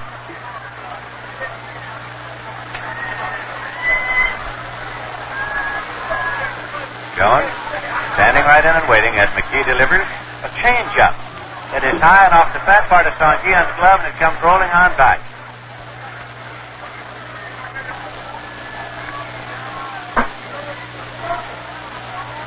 McKee now taking his time, rubbing up the new ball. Marches up to the rubber and turns to look into Sanguillen. Outfield defense straight away against Cleon Jones. Here is the 1-1 offering. Swung on and missed. It's 1-2.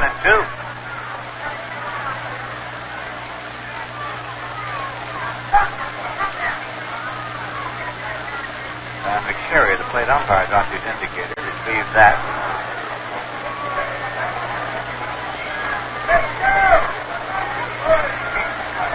now on the rubber, both feet even there as he looks in. 2 men out, nobody on. The 1-2 delivery. Curveball swung on and missed.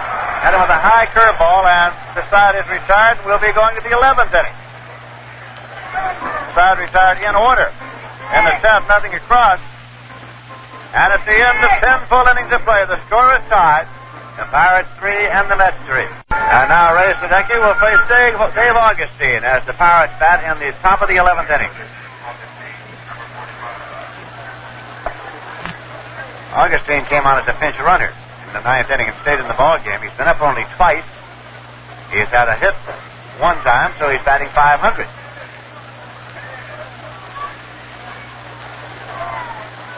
He is a right-hand batter with excellent speed. Boswell, even with the bag at third and the stride over guarding the line. Getting advice from shortstop Wayne Garrett. Here's the pitch in for a called strike. 0-1. Dow Maxwell is on deck.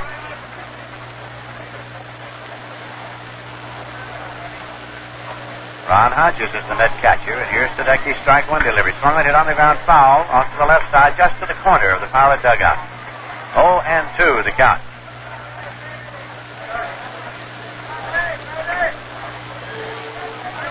Augustine settles himself back into the batter's box. Outfield defense straight away against him. Now that the count's gone to 2 strikes, Boswell has retreated, playing a deeper third base, but still guarding the line. Fastball is inside low. It's 1-2. Augustine in the International League was hitting .276 this year. Hit 7 home runs and 52 runs batted in. 1-2 delivery. Swung on and hit on the ground. Foul back of third with a breaking pitch. So the count holds at 1-2.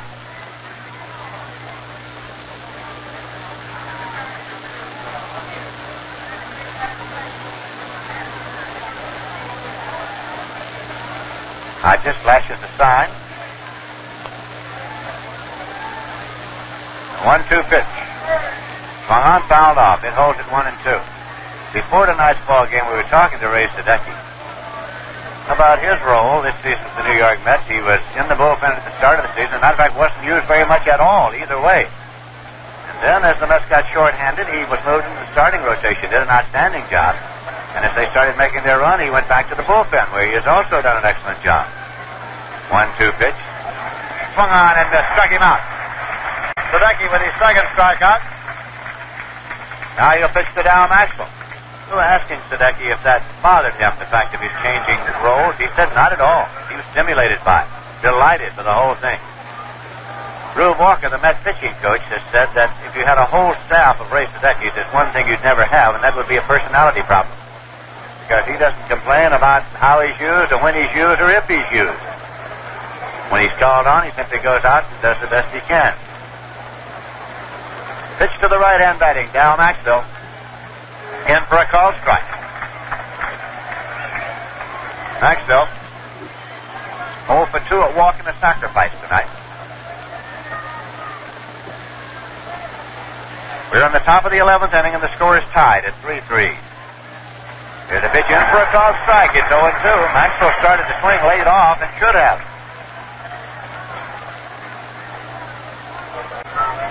Jim McKee is waiting on deck. There is no action in either bullpen.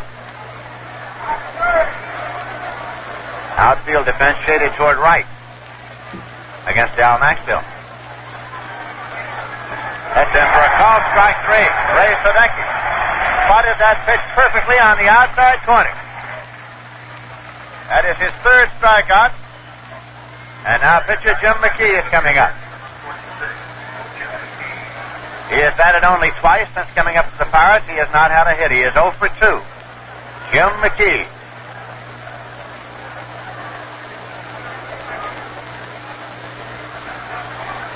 He's a right-hand batter. Sadecki with the pitch. And it's zipped in there for a called strike. Final score in the American League. The Kansas City Royals have defeated the Chicago White Sox by a score of 10-3. Paul Splitoff gets the win. He's 18-11. Harry Forster takes the loss. He's 6-9. That pitch just misses, and it's 1-1.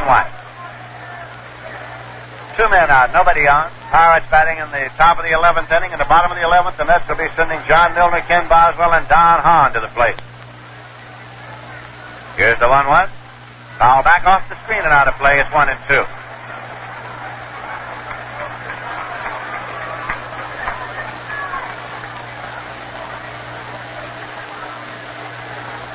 They shade McKee to the right also, figuring he won't get around completely.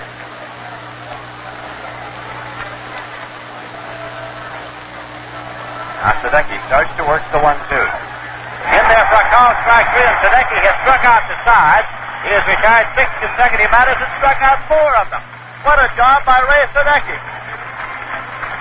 Nothing across. In the middle of the 11th inning, the score is tied. The Pirates 3 and the Mets 3. Right about now in the game, chances are you're dying for something to munch, something to fill that empty space in your stomach. Well, let me make a suggestion. Try some Dairy Lean yogurt. It fills you up, not out.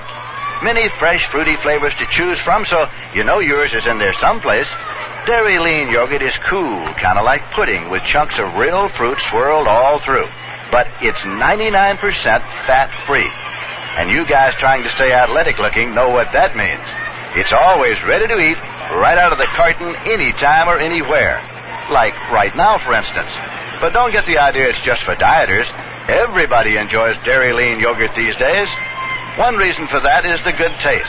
So, if it's not around your house, put in a request for Dairy Lean yogurt from the good folks at Dairy Lean.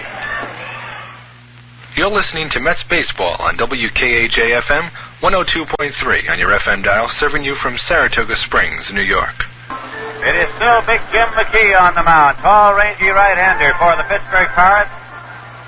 He will be facing John Milner as the Mets come up here in the bottom of the 11th inning. John Milner, who leads the New York Mets in home runs with 22, who has knocked in 69 runs this year, who is hitting .249. Just behind him at this moment in the on-deck circle is Ken Boswell, who appeared as a pinch hitter in the 9th inning. Got a base hit. That was turned eventually into the tying run, so he stayed in the ball game. And when you're in a ball game like this and you have your big hitter at the plate, you're hopeful that he can get a hold of one and ride it. Mets are batting in the bottom of the 11th. For the Mets, 3 runs, 7 hits, 1 error. For the Pirates, 3 runs, 5 hits, 1 error. McKee starting his second inning of relief. He retired the side in order in the 10th. That is low for a ball. Starting off with an off-speed pitch. 1-0 is the count. Left hand batting John Milner. The hammer. Waits for the 1-0. Takes low. It's 2-0 now to Milner.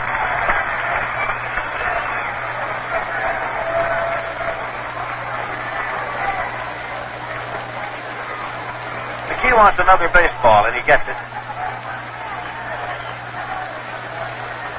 The game has begun at Dodger Stadium in Los Angeles. The Atlanta Braves did not score in the top of the first. The Dodgers are coming to bat. Ron Schuler 8-7 against Al Downing 5-9. And now McKee tosses that ball into plate umpire John McSherry, who talks to him about it and puts another ball in play. And it's now again starts out to ask McSherry what that's about. Now again, still talking to John McSherry, the plate umpire. The count is 2-0 to John Milner.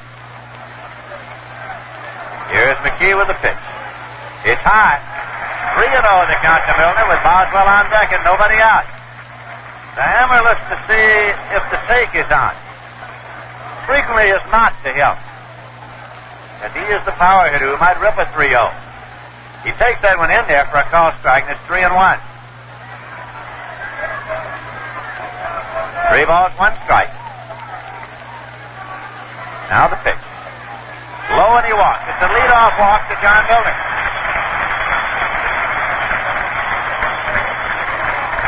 So the potential winning run is on at first with nobody out, and Boswell is coming up. Boswell is followed by Don Hahn and Ron Hodges in the mid batting order. The Pirates will be expecting Hahn to sacrifice. Even now they have moved Richie Hebner up onto the grass at third. Al Oliver's holding against the runner, but ready to charge.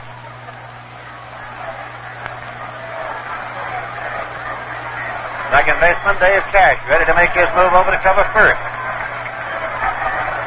McKee has the sign, works off the stretch, checks the runner over his left shoulder to the pitch. Boswell is around, bunts the ball to the first base boundary. Good fight. Oliver has to go to Cash, covering at first. The sacrifice moves over to second, and it scores 3-4. Don Hahn, who has delivered some big base hits in the past week for the New York Mets, is coming up. With Don Hahn, who night before last in Pittsburgh delivered the game-winning base hit that drove in 2 runs.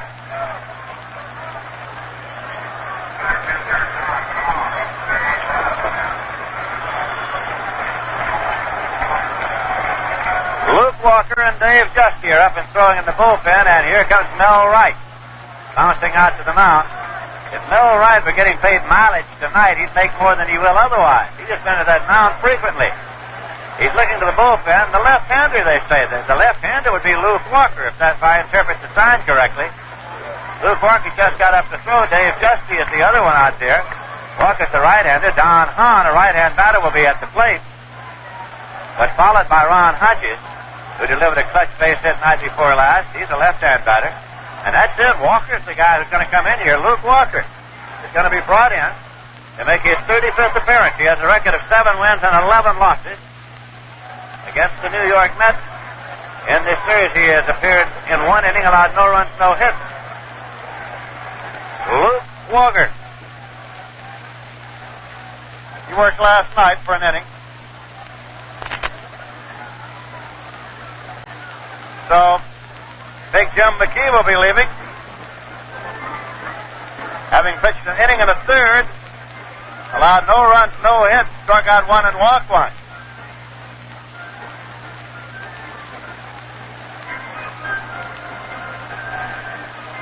When play is resumed, the New York Mets have a runner at second, 1 man out, and Don Hahn at the plate. So quickly, let's run the other baseball results of the day for you. At Wrigley Field in Chicago, the Cubs beat Montreal 5-4. Ferguson Jenkins, the winner, 13 and 15. Steve Renko, the loser, 14 and 11. Bob Bailey hit his 25th homer in the second with nobody on for Montreal. Tonight, the Phillies beat St. Louis 6-5. Dale Brandon got the win in relief. Alan Foster took the loss. Denny Doyle had a home run, and Bob Boone had a home run for the Philadelphia Phillies. San Francisco Giants beat Cincinnati 7-5. Ronnie Bryant got his 23rd win. He's lost 11. Dick Bainey took the loss 1-1. Foster had 2 home runs. George Foster. In the middle of the first inning, Atlanta nothing, and the Dodgers coming to bat. Ron Schuler against Al Downing. Over in the American League, the Baltimore Orioles reduced their magic number to 4 with a shutout of the Detroit Tigers 9-0.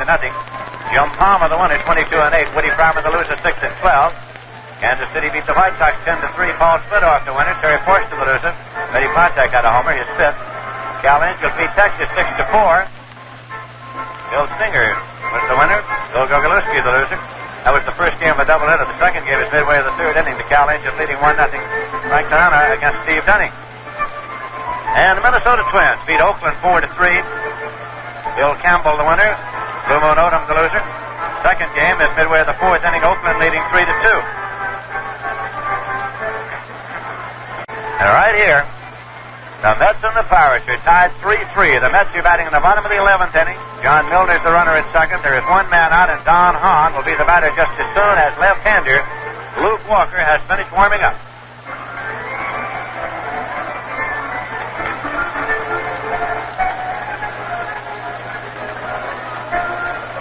Luke Walker has an ERA of 4.59.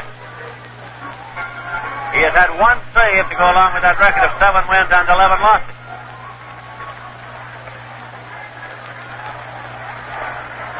So Don Hahn is up there. We were talking to him last night before the ball game about what confidence can do for you, and what he can do for you is make the other team give you an intentional walk, which they're doing right now. They're going to walk Don Hahn with first base open and pitch to the left-hand batter, Ron Hodges. They're not worried about his run at all. Not in the slightest, because it's the one at second that can end the ball game. And by issuing the intentional walk to Don Hahn, they set up a double play possibility and the force around. Then they'll pitch to the left-hand batting, Ron Hodges, knowing that there's not much Yogi Berra can do about that because he has no more catchers. The intentional walk has been achieved. Now it is runners first and second. One man out.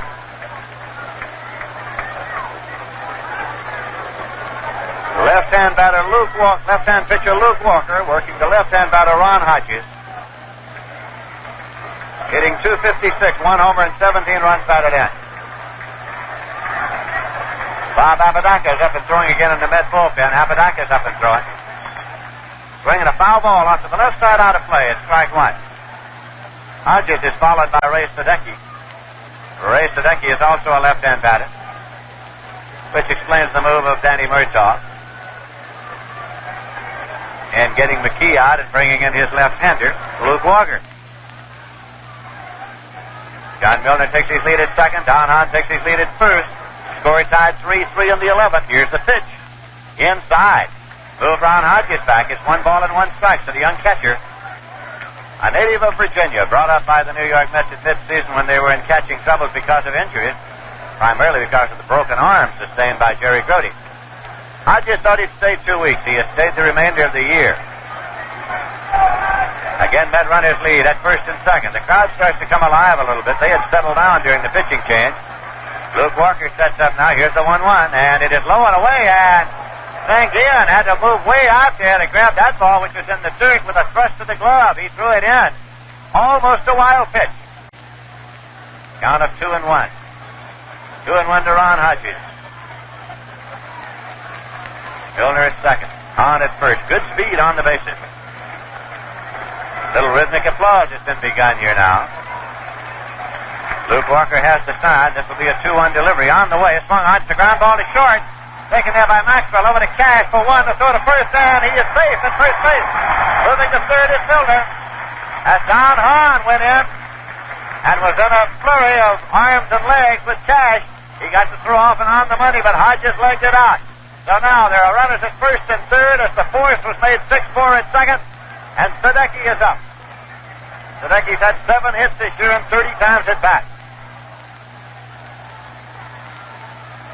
Hodges just beat it on a bang-bang play at first to keep the Mets alive as they try to win it in the bottom of the 11th inning.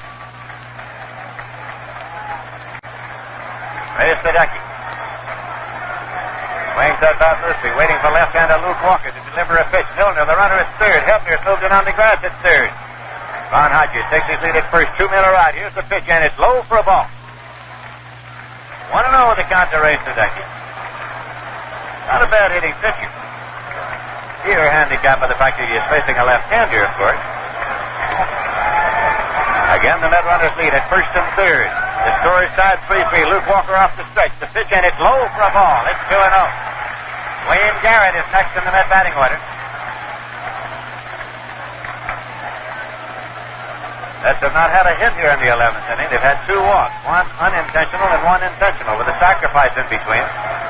This will be a 2-0 delivery. It's on the way, and it is taken right down the pipe for a call strike. 2-1 as the takedown was on to Ray Sadecki. Milner just staying close to the bag there at third. Hefner is in on the grass, so Milner just sort of stays even with Hefner. Here's the pitch. Swung on, hammered on the ground, up the middle, and it is charged by shortstop Dow Maxwell. The play at first in time. He's out, and we'll be going to the 12th inning. That was a ground ball, bounced up the middle, and Maxwell came in behind the mound, took it on a high hop, and gunned it over to Al Oliver in time to retire the side. So it's no runs, no hits, no errors, 2 walks, 2 left. At the end of 11 full innings of play, the score is tied. The Pirates 3 and the Mets 3. Hi, this is Gene Shepard. Here's a message for all you young men just out of high school. If you're proud of who you are and what you are and where you might be going, and you're wondering how and when and where to start your career of growing, if money and security mean anything to you, the Marines have an officer program that you should check into. You meet a lot of different people over a counter at McDonald's.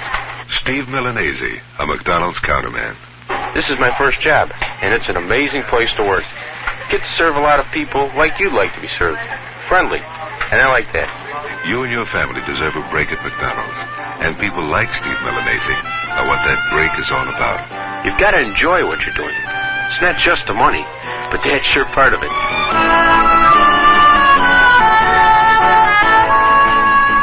You're listening to WKAJ-FM from Saratoga Springs, New York, 102.3 on your FM dial.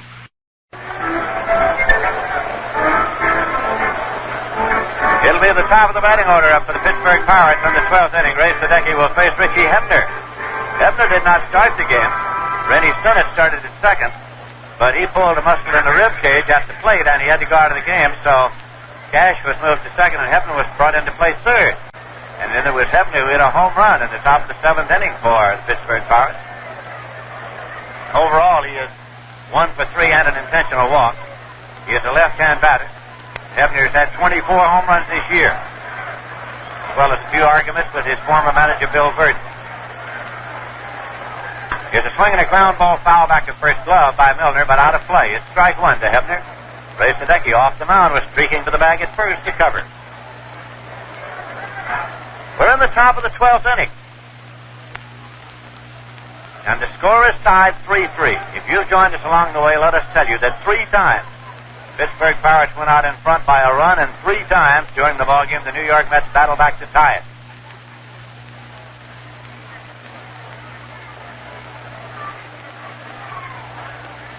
Sadecki's pitch to Hebner, swung on and looped out into short center field, going out and calling it beyond and beyond. Makes the catch. One away, and Dave Cash will be the batter. He's had 3 hits. Cash has had 2 singles and a double. For the year, he's hitting .265.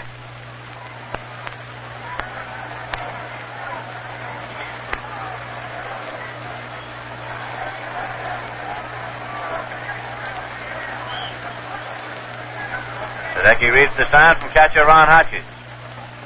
Now Cash backs out.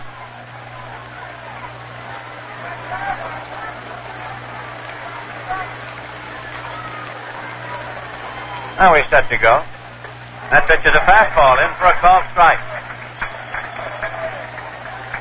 In extra inning games this year, the Pirates have won 8 and they have lost 3. The Mets have won 6 and lost 12 in extra innings. That's a pitch in for a called strike, 2. 0-2, the count to Cash.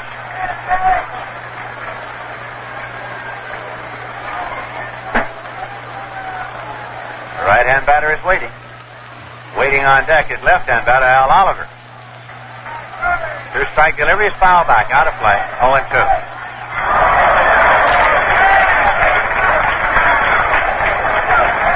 In extra inning games, the Mets have won their last 3 outings and 4 of their last 5. So it took a while for them to get it going in extra inning competition, but they've been able to do it lately. Here's the 0-2 pitch. Swung on and foul back of third, out of play, on the ground.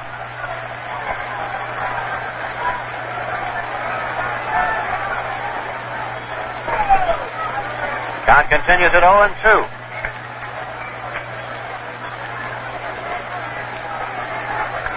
Cash has the bat cocked. It's Sadecki. Delivers in there for a called strike 3. Ray Sadecki with his 5th strikeout. 2 away, and Al Oliver coming up now in the top of the 12th inning. Oliver has gone 0 for 5 tonight. And big Wilbur Stargell is moved up there on deck. Oliver flies to center.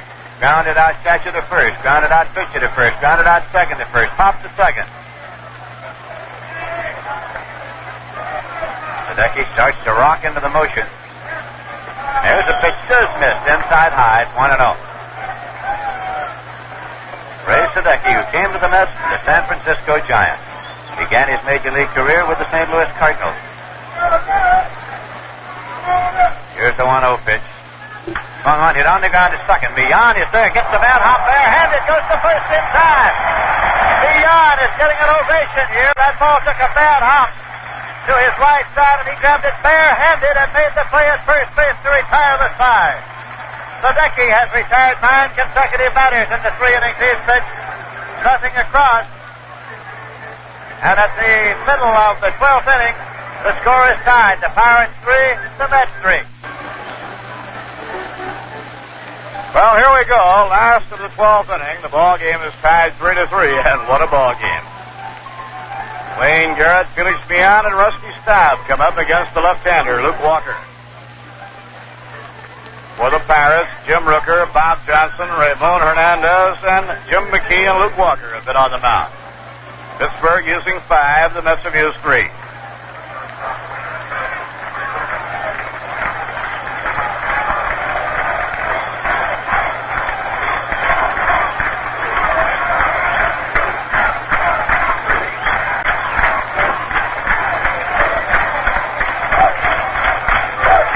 Left-hander Luke Walker goes into his windup, and the pitch to Garrett breaks over the outside corner, called strike 1.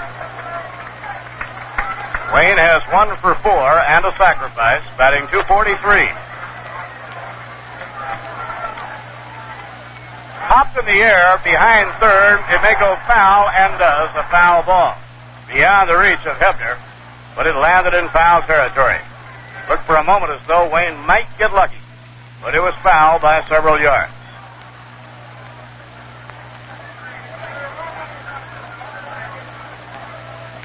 What pitching in this game? 12th inning, the Mets have 3 runs on 7 hits. The Pirates 3 runs on 5 hits. I wonder when the last time Al Oliver went 0 for 6 was. He is quite a hitter.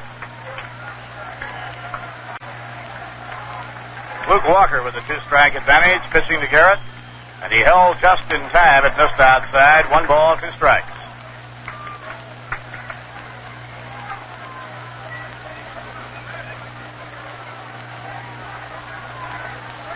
1-2 delivery, way inside. Garrett had to lean away from that. So the count evens at 2-2. We had 25,000 early in the evening. I'd say we still have 20,000 here. Noise level starting to come up as the crowd turns on again. Mets batting in the home 12th inning with a chance to win it. The 2-2 pitch, low outside ball 3. Garrett with a good eye watching it all away as it broke out of the strike zone. Now Luke Walker, 3-2. The payoff pitch to Garrett. Ground ball hit the second base. Dave Cash with an easy play, throws on to first, 1 down. And Felix Mian coming up. Felix 2 for 4 and a walk. Batting at .293.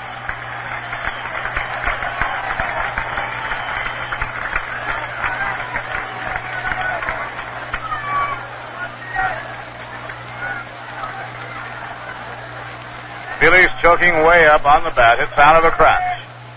Hebner comes in close at third. Fastball, strike 1 call. If he played back, Felix would be a threat to lay 1 down. So he works a couple of strides in front of the bag at third on the edge of the infield carpet. Grounder foul over the Pirate dugout. Bouncing up into the crowd, it goes 2 strikes. Mets and the Pirates come right back to do battle again at 7:05 tomorrow night.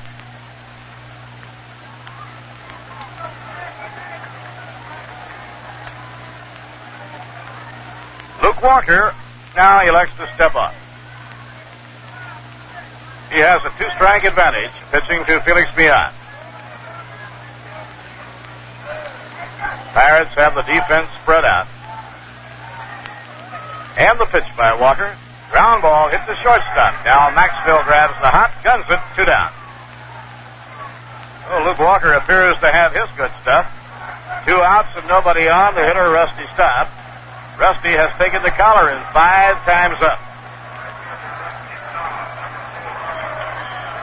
He made a bid for an extra base into the 8th inning, and Bob Robertson robbed him, and it saved a run.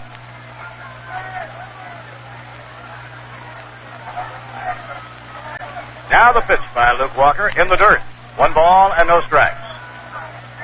Anytime you run an extra inning ball game and you have home run power, you've got to be thinking long ball when you come up.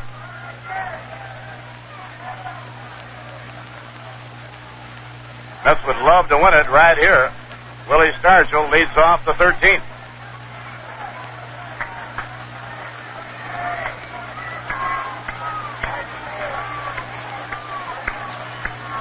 Now Luke Walker checking in with Son Guillen. The pitch to Staub. High, outside, 2 balls and no strikes. This game has been pitching and some very timely hitting. Not a lot of hitting, but what hits that have been on display have been timely ones. Curve, a strike, 2-1 to Rusty Staub. Mets were down to their last out of the 9th inning when Duffy Dyer tied it up with a double. He almost won it.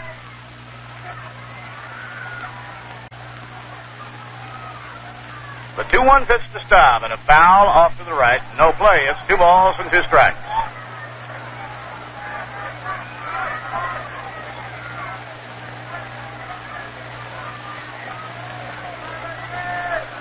Yogi Berra using everybody but Lute Barnes, Willie Mays, and Dave Sneck. Willie sidelined with injured ribs. The 2-2 pitch. Ball 3. Now a full count on Staub at 3-2. This is left-hander against left-hander.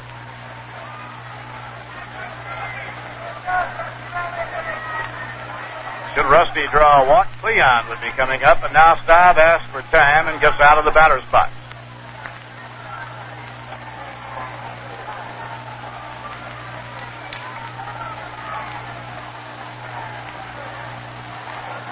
And the 3-2 pitch. Ground ball hit towards the middle of the diamond. Base hit to center field. Winning run is on with 2 men down. Single to center for Rusty. Now Maxwell racing toward the middle of the diamond. Just tipped the ball with his glove but couldn't hold it. That was the first hit given up by Luke Walker since he came in the game. And now Cleon is the batter. Cleon 1 hit in 4 times at bat. He drew an intentional walk in the 8th inning. The 1 hit was timely. It drove in a run, tied the game 1-1. That was in the 6th inning.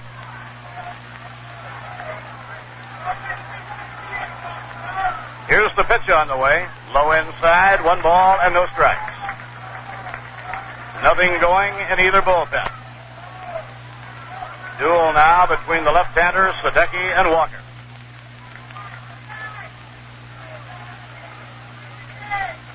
Cleon cocks the bat. Low outside, ball 2. 2 balls and no strikes. Now Cleon looks down to Eddie Yost, and you can bet he'll be swinging on 2-0 if he likes the looks of it. Staub edging away from first. Here's the pitch. Way inside, ball 3. 3 balls and no strikes.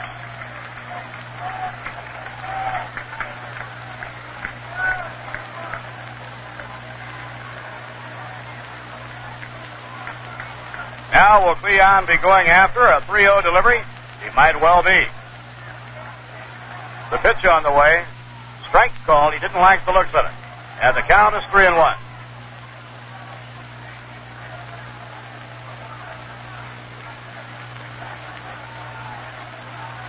Winning run, Rusty Staub on first, 2 men down, bottom half of the 12th inning. 3 balls and a strike to Cleon Jones. And the pitch. And a bouncer hits slowly to third base. They may let it roll, and it's a foul ball. Cleon running it on will have to come back, and the count is now 3-2.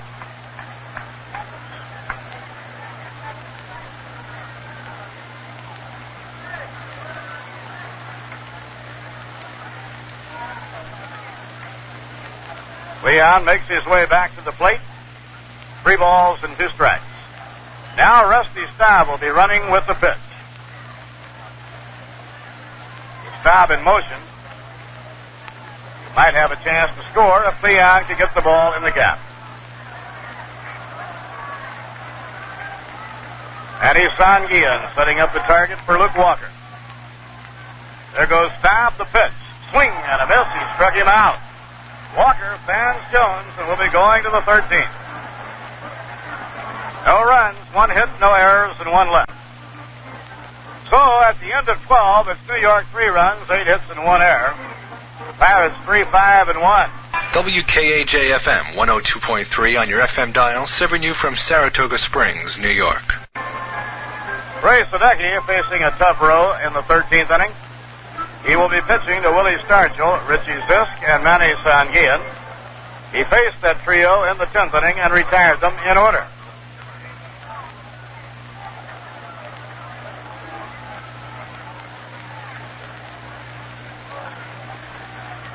Everybody deep, everybody around to the right as Stargell steps in. Sadecki into his windup, the pitch to Stargell.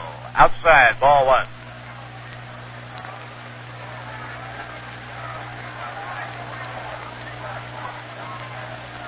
Don Hahn swings over into right center. Staub playing a deep right field.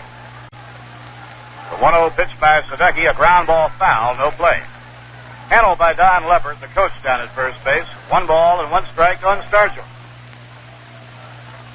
Willie on base once tonight. That was in the 4th inning when he drew a walk and he later scored a run. Both teams have scored 2 runs that were not tainted. And a foul tip that catches the umpire, John McSherry. Big John is all right, looks the ball over, throws it back to Ray Sadecki. All 3 of the Met runs have been scored as earned runs, but they were aided on a bobble in center field by Oliver. 1 of the 3 Pirate runs was unearned. Sadecki with a count of 1-2 on Stargell. Swing and a miss. He struck him out. The 6th strikeout for Ray Sadecki. He has faced 10 men and fanned 6 of the 10. Now Richie Zisk. The right fielder is 0 for 4 with a walk.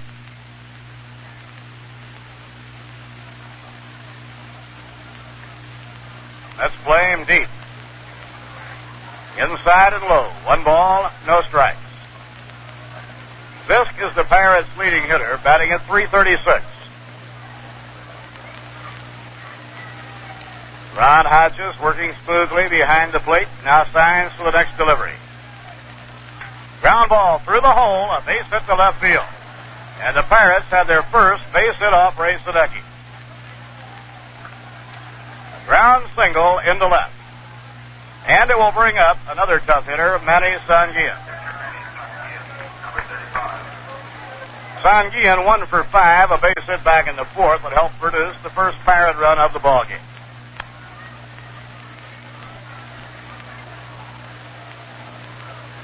Center fielder Dave Augustine is the on-deck batter.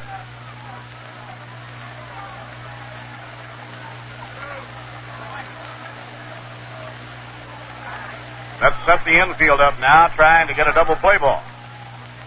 Boswell protects the line at third. And a foul hit back upstairs. No play for Hodges. It drops into the crowd.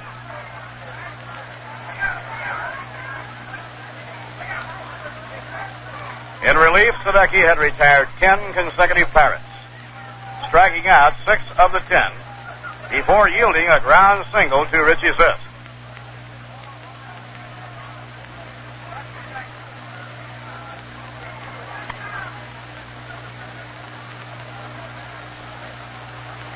And Doug McGraw starts to throw in the bullpen. Here's the pitch on the way. Fly ball hit the right. Easy play for Staub. He moves under it, grabs it for the out. Sanguillen is out on a fly to right. Now Dave Augustine, the center fielder, coming up. Played with the Charleston Charlies in the International League this season, batted .276.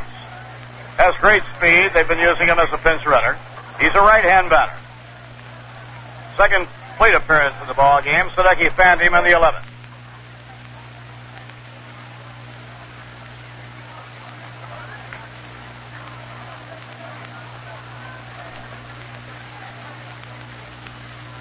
Zisk leading off first base. And the pitch by Sadecki fouled straight back. Right into our television booth.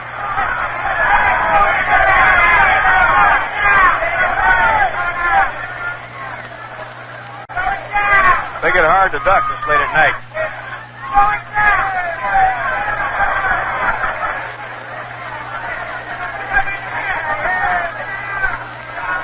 Sadecki getting his sign from Ron Hodges. Kicks the leg, delivers. Fastball off the outside corner. 1 ball and 1 strike. The pitches Sadecki have thrown that have not been strikes must not miss by more than a quarter of an inch. He has really been around the plate. 2 outs and 1 on.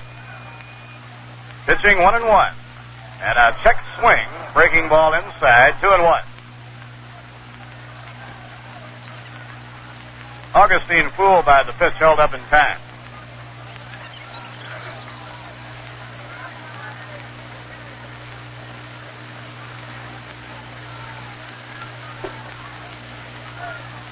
Ray Sadecki from the stretch now steps off, sending Richie Zisk back to first.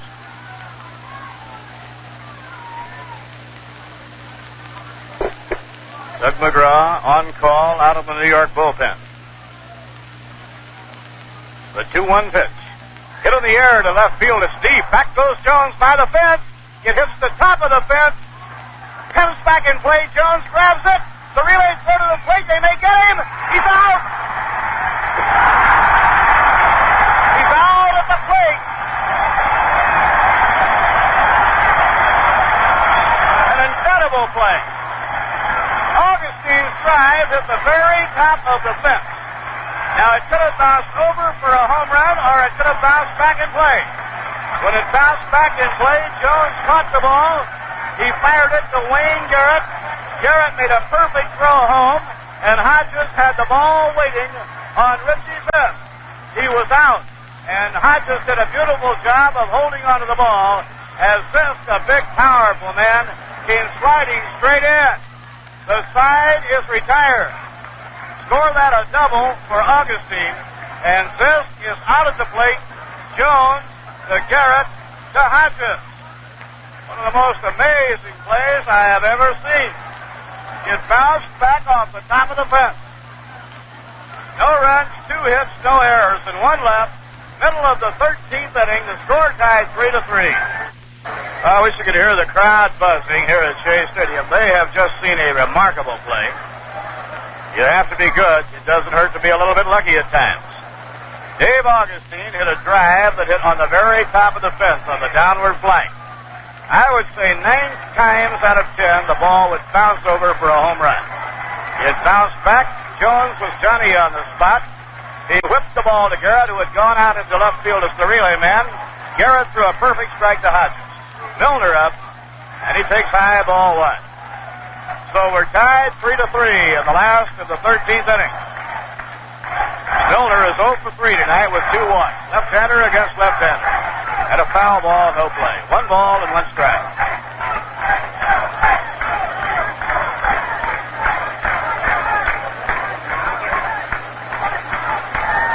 This will have Milner, Boswell, and Hahn to hit against Luke Walker in the home 13th inning. The 1-1 pitch breaks away. 2 balls and a strike. Well, the totals in this game are now 3-7-1 Pittsburgh, 3-8-1 New York. A play to remember. A play you can't forget. Way inside, Milner hitting the dirt. And the count is 3-1. Milner has already walked twice in the ball game tonight. However, in this spot with the count 3-1, if that pitch is to his liking, he'll be trying to do something with it.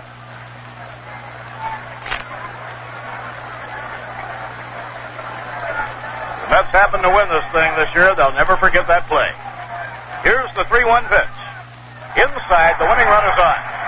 Don Guillen argues with John McSherry. Luke Walker has been in the game. Well, he came in the game in the 12th inning. Came in the game in the 11th inning, gave up the intentional walk, then worked out of the jam.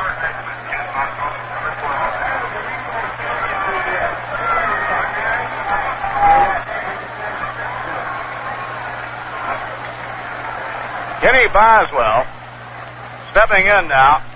Boswell has been up twice, singled as a pinch hitter, and sacrificed successfully. And they are looking for the sacrifice now. Here's the pitch. Look out.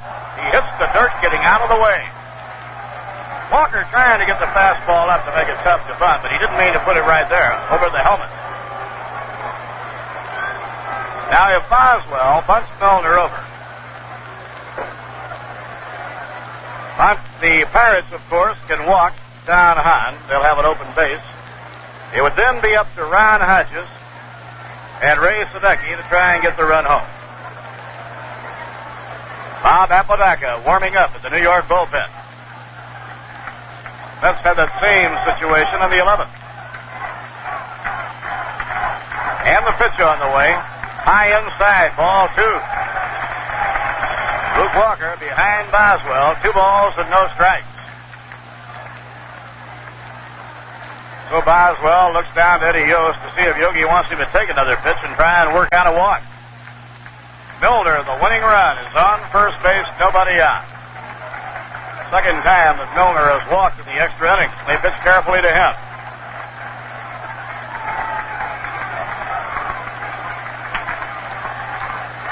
And the pitch. And he's taking ball 3. It was low.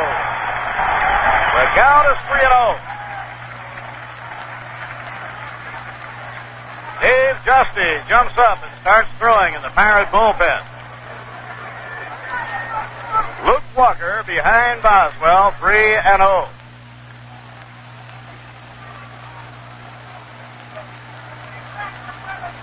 Yogi has completely just about used up his reserve strength. He's going to have to win it with the lineup on the field. Now the stretch by Walker. Here's the pitch. Look out, ball 4. Almost a wild pitch. Boswell hitting the dirt to get out of the way. Now the winning run is on second, nobody out. 2 walks in a row by Luke Walker. And Don Hahn will be coming up. Manny Sanguillen calls time, walks to the mound. Dave Cash goes to the mound. As they try now to settle down Luke Walker.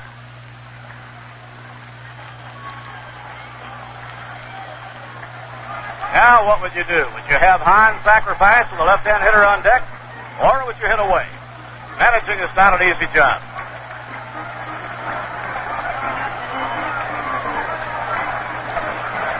Danny Murtaugh is coming out now.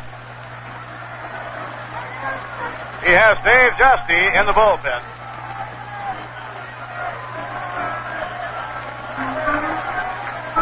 We're watching Danny as he walks slowly to the mound. He has not signaled to his bullpen. Luke Walker very suddenly walking Milner and Boswell.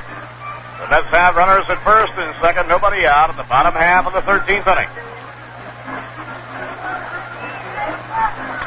What a struggle this has been. Almost 4 hours old. What excitement and amazing tension. Most incredible play of the year. Zisk was on first. Augustine hit a ball that hit the top of the bullpen fence on the downward flank. Instead of bouncing over for a home run, it bounced back to the field of play. Jones grabbed it in the air coming off the fence. Wheeled and fired the ball to Garrett, who was Johnny on the spot, and Garrett, who has a marvelous arm, threw an absolutely perfect strike to Ron Hodges. They had the ball waiting on Richie Zisk. Now the umpires are trying to get a decision from Danny Murtaugh. Danny is stalling to give Giusti some time in the bullpen, and Giusti will come in. So Luke Walker will leave the game, and Dave Giusti will come in.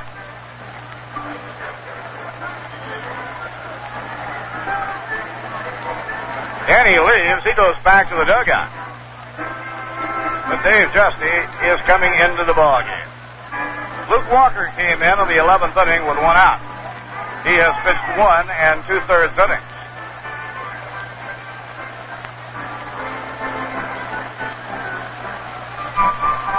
At the moment, Walker has allowed no runs, only 1 hit.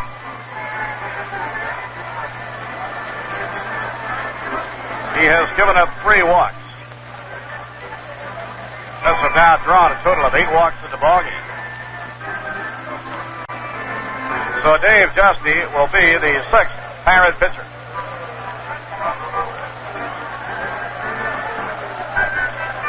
So while Giusti comes into the game, makes the trip to the mound, We'll pause for station identification.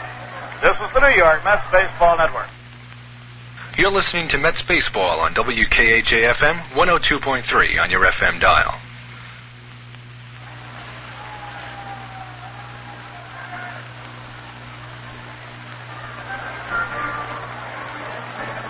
Bob Murphy with Lindsey Nelson and Ralph Kiner.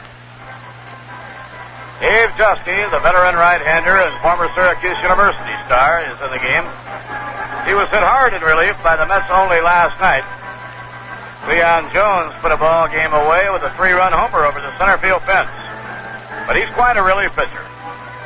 One of baseball's very best. On the year, he's won 9, lost 2, and has 18 saves. And he's getting a lot of work. Danny Murtaugh was hoping that he would not have to use Giusti in this ball game. He wanted to rest him. Just as Yogi Berra has been hoping he would not have to use Tug McGraw. This is the 9th time that Giusti has relieved against the New York Mets. When play resumes, Don Hahn will be the batter. Runners on first and second. Nobody out. The on-deck batter, Ron Hodges. And then Ray Sadecki.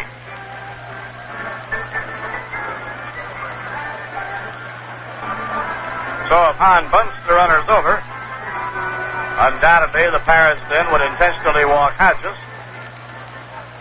Ray Sadecki would be scheduled up. Yogi still has Dave Steck in the dugout.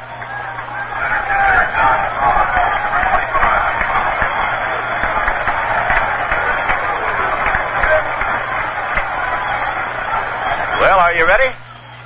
Here we go. They set up to play for the bunt. Hahn is the batter. Milner and Boswell are the base runners. The pitch by Giusti.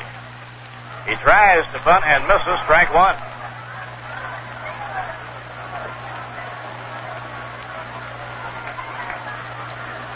John Milner with good speed is on second.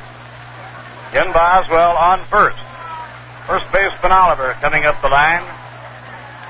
And the pitch. Bunts it in the air. It's caught easily by Oliver, 1 down. So Hahn bunted a pop-up to the first baseman Oliver. Now Hodges comes up.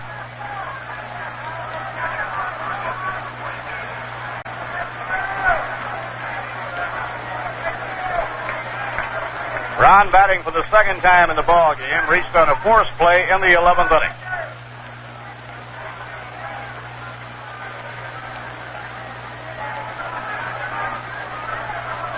Dave Steck comes out on deck. He'll be hitting for Ray Sadecki. Here's the pitch by Giusti. Swing and a miss, strike 1.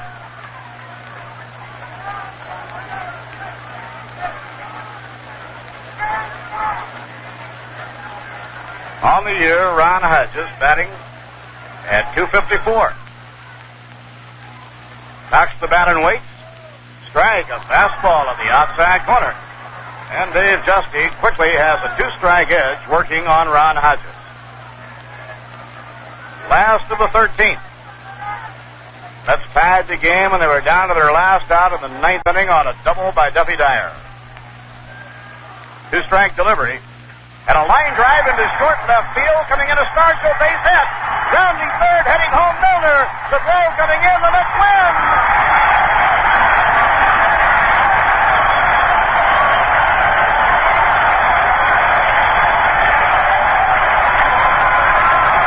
The Mets win it. They are a half game out of first place. The crowd standing and cheering here at Shea. Ron Hodges singles to left field on a 2-strike pitch, driving home John Milner. The Mets win it. They are now in second place. They are a half game out of first.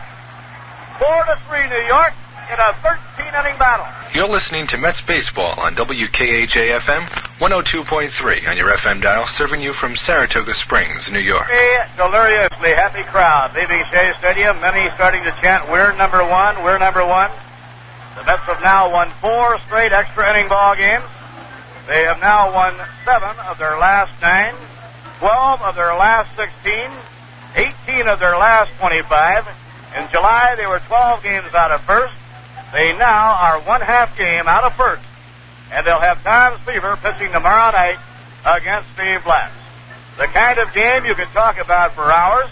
It was a game that 3 times saw the Mets come from behind. They trailed 1-0, and they tied the ball game with Cleon Jones driving in the run. They fell behind 2-1. The second run scored when a ball was bobbled after a base hit by Oliver in center. They fell behind again 3-2. They were down to their last out when Duffy Dyer, as a pinch hitter, doubled off the left field fence, tying the ball game. He just missed winning it. He missed a home run by about a foot. Then came the most remarkable play of the year in the top of the 13th inning. With 2 outs and Richie Zisk on first base, center fielder Dave Augustine hit a long drive to left. On the downward flight, it hit on the very top of the bullpen fence. Instead of bouncing over as a 2-run homer, it bounced back into the hands of Cleon Jones, who wheeled instantly, fired the ball to Garrett. Garrett, who had raced into the outfield, then made a perfect throw to Hodges, and this was out at the plate. The Mets won the game in the last of the 13th. Luke Walker walked Milner and Boswell. In came Dave Giusti. Hahn tried to bunt the runners over, popped up to Oliver, now playing first. But Ron Hodges, the rookie catcher, won the game with a base hit to left field. So the Mets have undisputed possession of second. They're a half game out of first. Tomorrow night they play an hour earlier, 7:05, and Tom Seaver will be pitching against the Blacks. Tonight it was brilliant pitching for New York by Kuzman, Parker, and Sadecki. Sadecki, the winner, is now 5-4. Luke Walker, the loser, 7-12.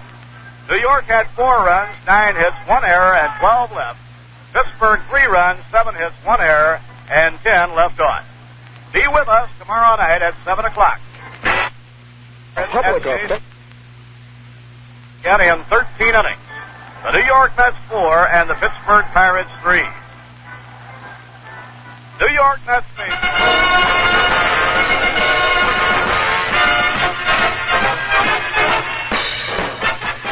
New York Mets baseball has been a feature presentation of WKJ FM, and it was brought to you by several local sports-minded businessmen who hope that you have enjoyed today's game, and by the staff of WKJ FM 102.3 on your dial, who urge you to patronize the sponsors who made these broadcasts possible. Remember, you'll hear all the New York Mets games at home and away, night and day, on your New York Mets station WKJ FM in Saratoga Springs, New York. And this has been the New York Mets Baseball Network.